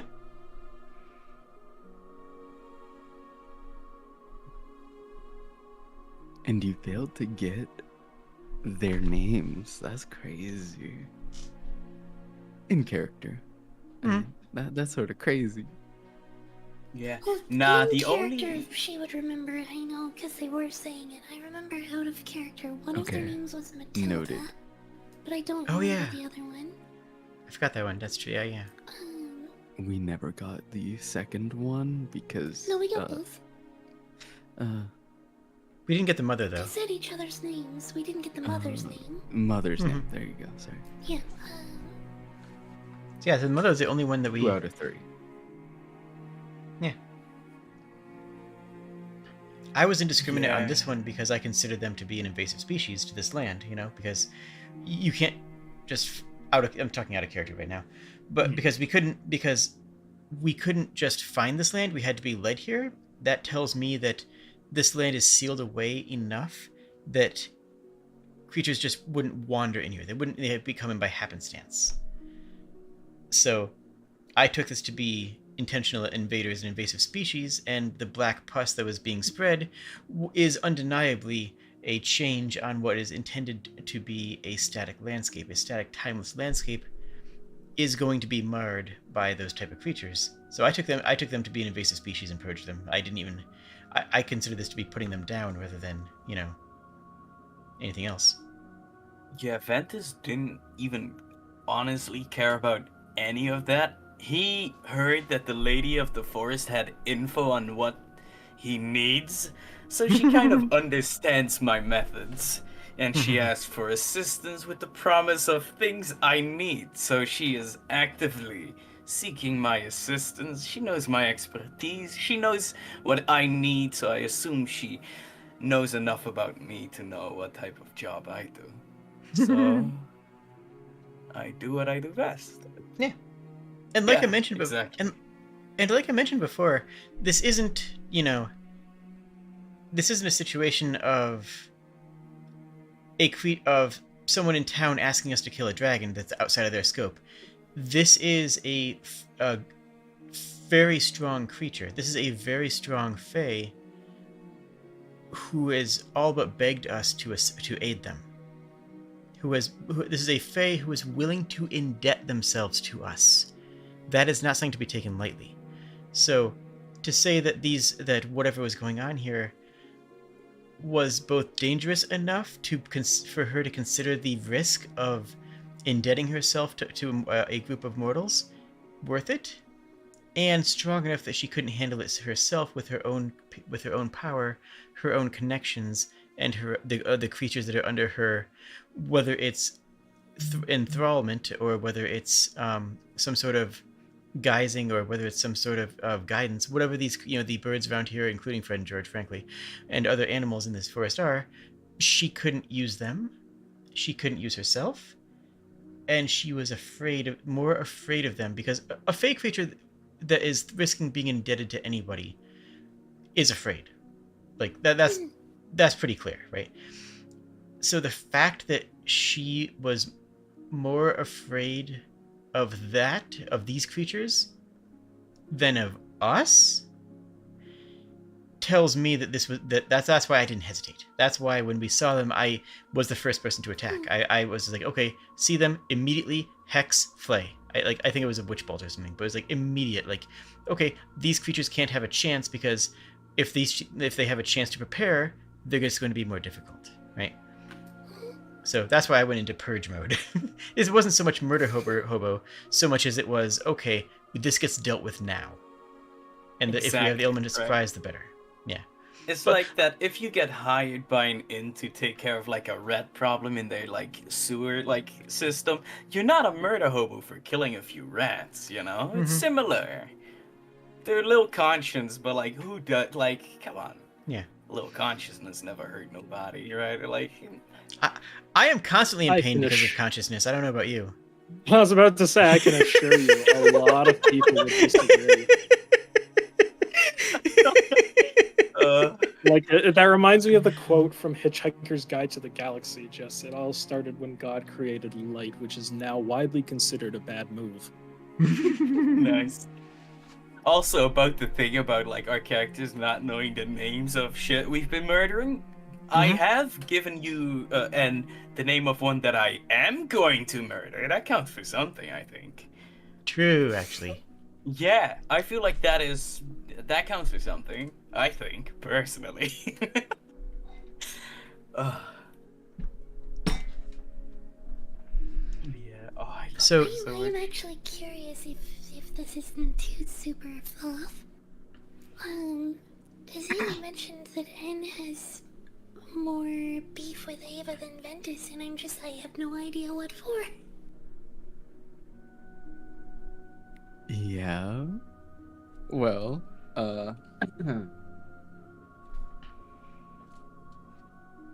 don't worry about it. For now. I'm gonna worry about it. It's like how I take very weird notes every once in a while. We ignore those parts, okay? Those are fun. You know? Wait, do you have beef with me? Oh my god. Ah, that's acceptable. You're just like beef with Sana. What? Wild beef with me? No, that's fair. 100%. No, that's fair. I can see it. Yeah, just need to be wary of, like, you know, Sin going to cuddle you or something. That's all. Yeah, no. I don't think it would. The scent of hounds of ill omen rests upon me. Covered by very expensive perfume, but the scent of dog hangs around me. It's noticeable to a cat, at least, I assume.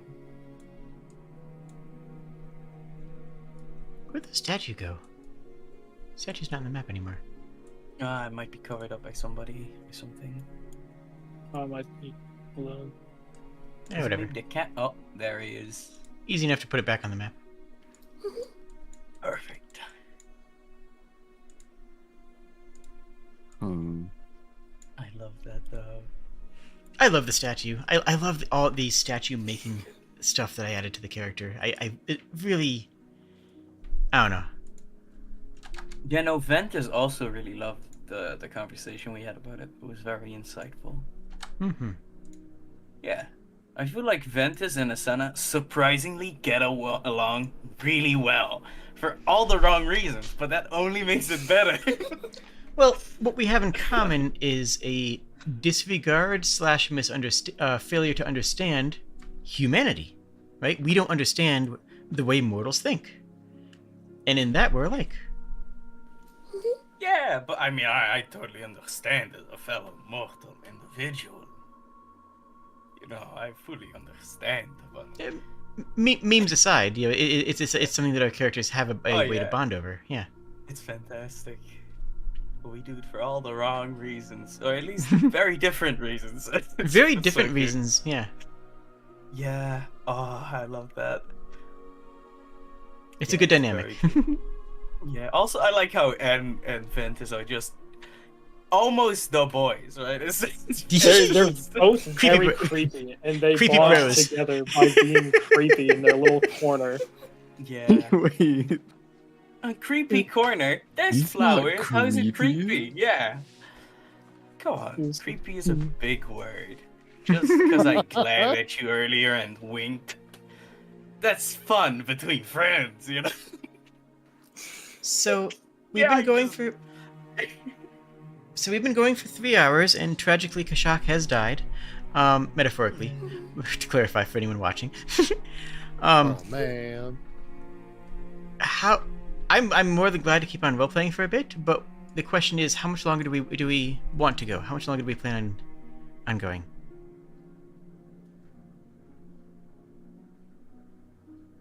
Probably I not don't- much longer. I've used all of my spell slots, so like I'm sort of just sitting here. Yeah, I would love to take a Mimir. You know, it's time.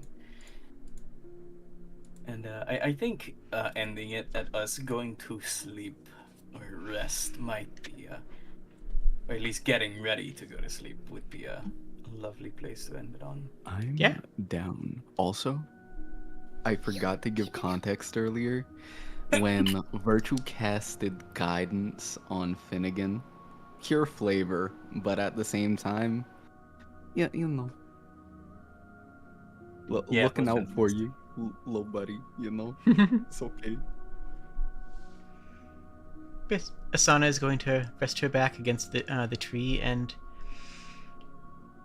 if you are looking at her, you'll recognize a moment where the body loses any features of life at all, and without changing physical form in any way, suddenly looks less like a being and more like a simple discarded doll.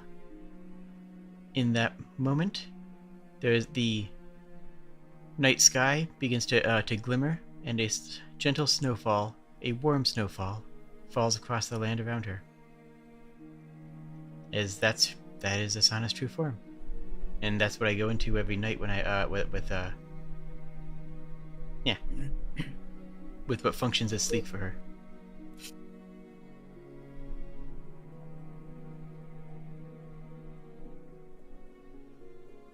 Lovely. Let's see. God, I'm just looking at my spells. Like, is there anything I can just waste, honestly? Just for extra flavor, you know? That's no. Is it illusory or does it actually exist? His boilers. The snow around you. Oh, Asana is the the breath of winter. Like that is Asana is the the breath of winter. Actual thing. Yeah. Virtue likes that. Thank you. Interesting. The only spell I have that I could use is Blast. And I can't really recover that with a long rest. Oops.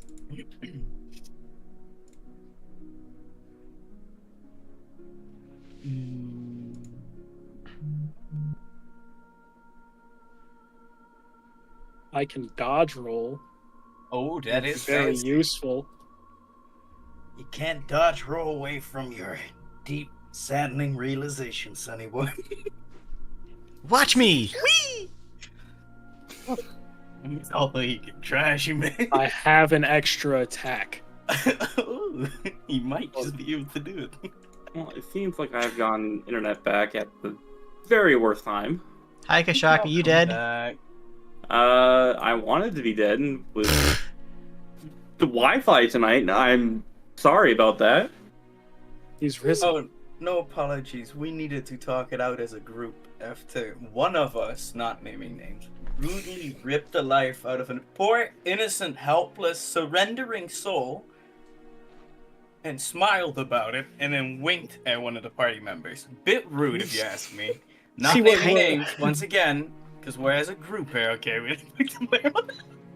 I will say I do kind of wish that it was my initiative next because I would really like to have. I would have liked to have had the conversation with Ava if I was the one who did it.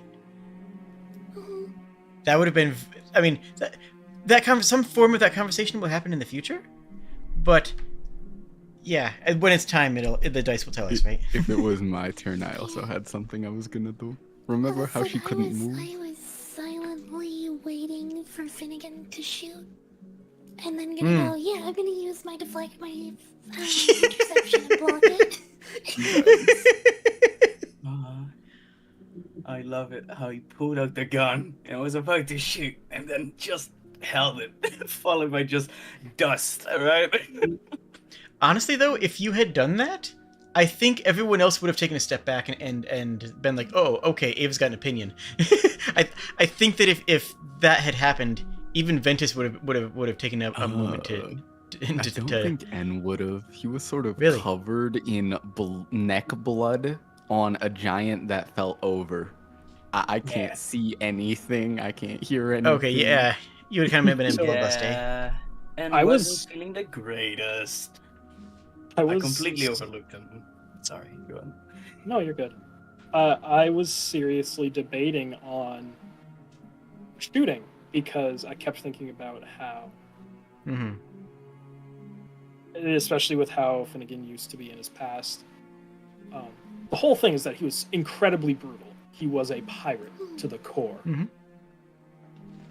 And he was incredibly brutal, merciless, exactly how Ventus was.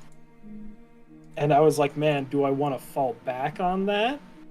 Or do I want to, like, almost fall back to how he used to be?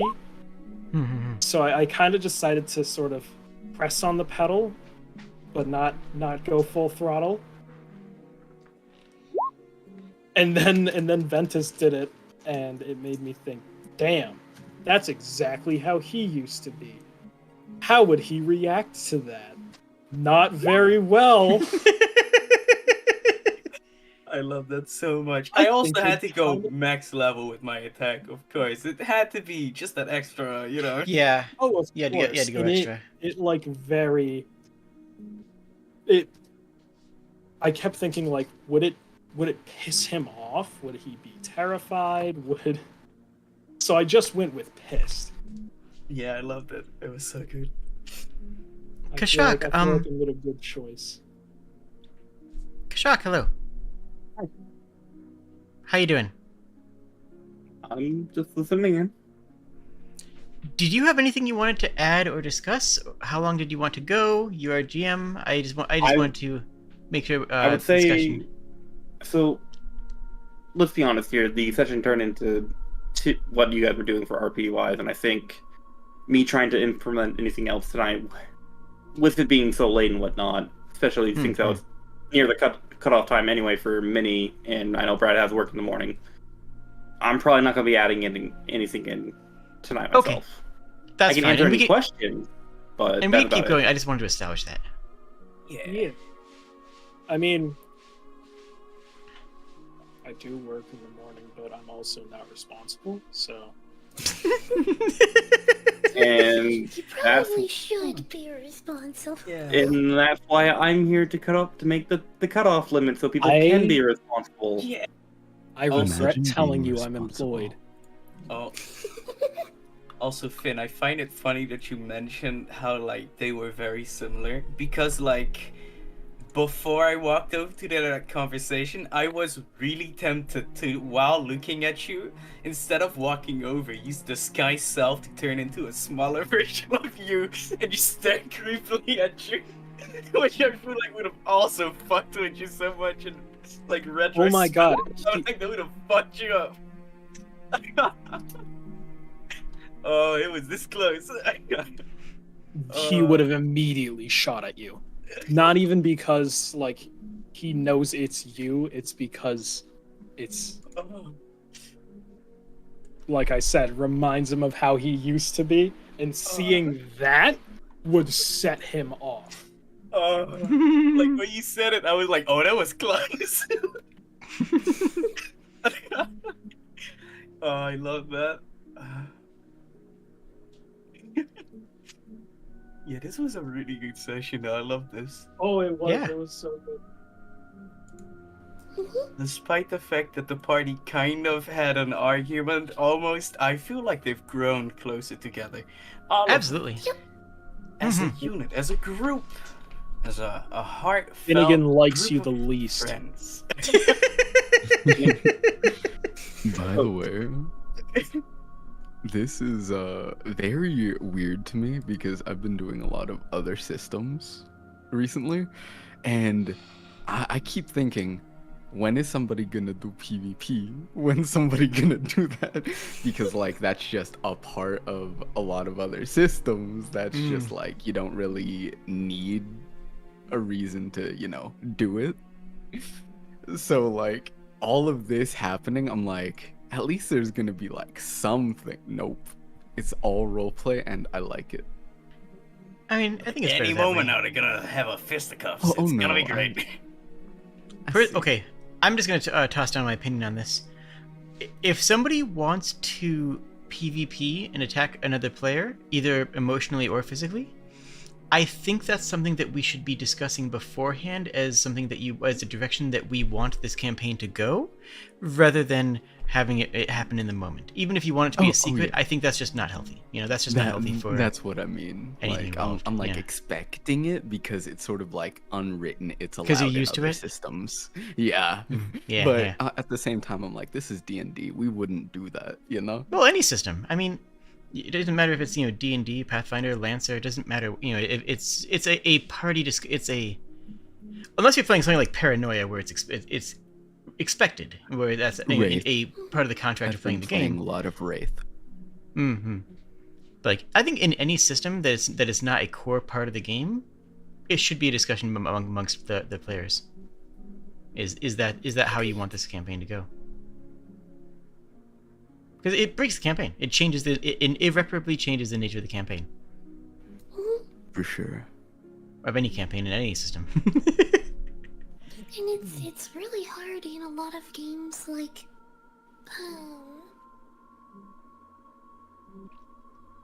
games like D&D or even Call of Cthulhu or Vampire the Masquerade or whatever.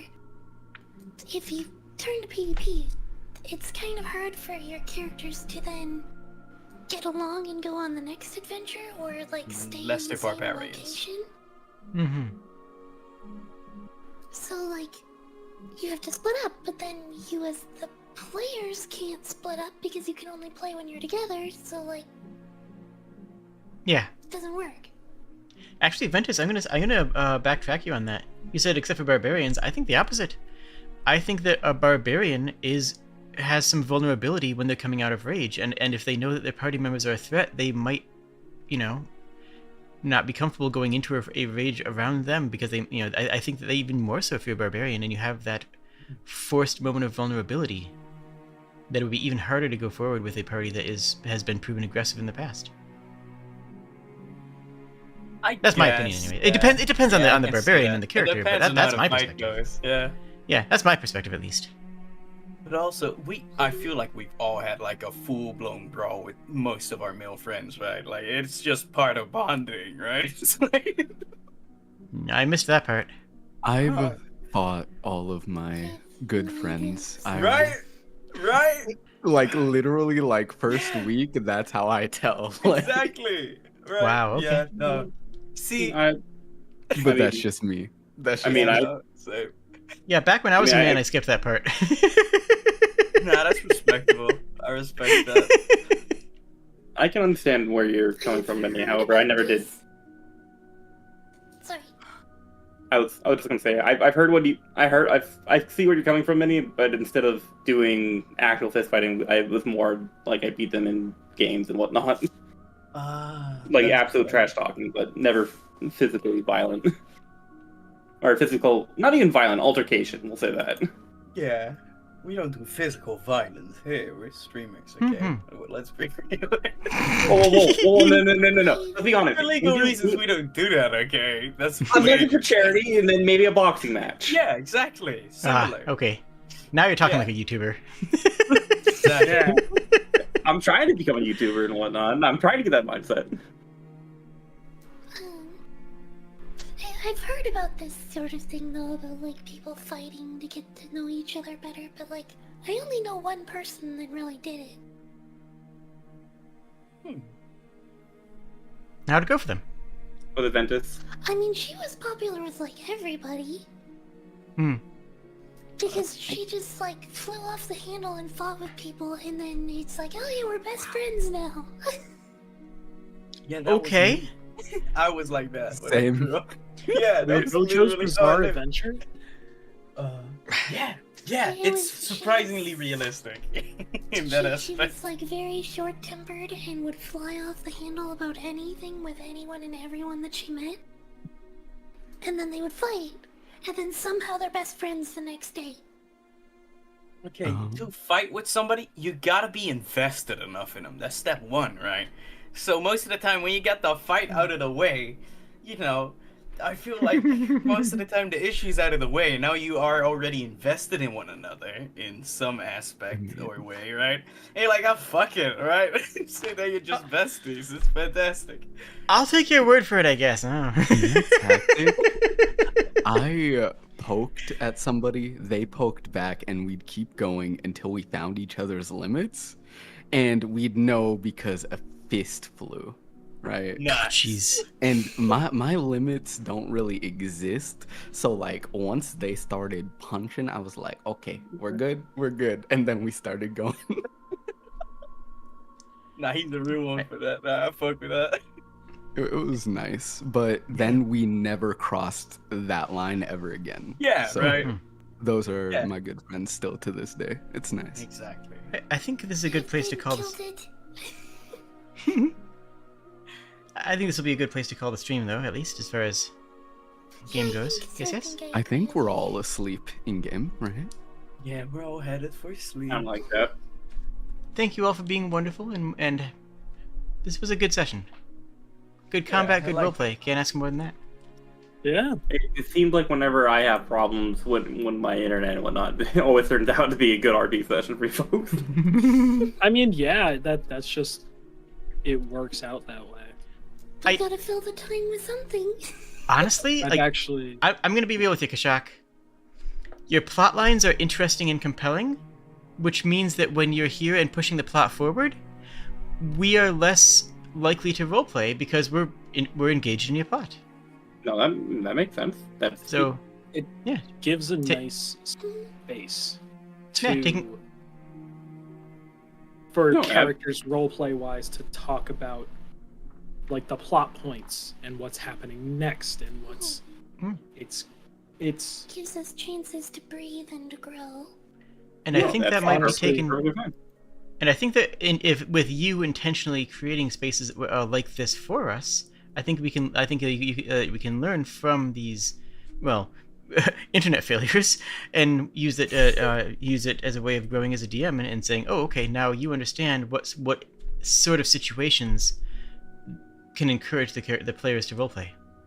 I just very quickly, I had full intention of letting you guys RP after the Yeah. fight. I just I wanted to be there present.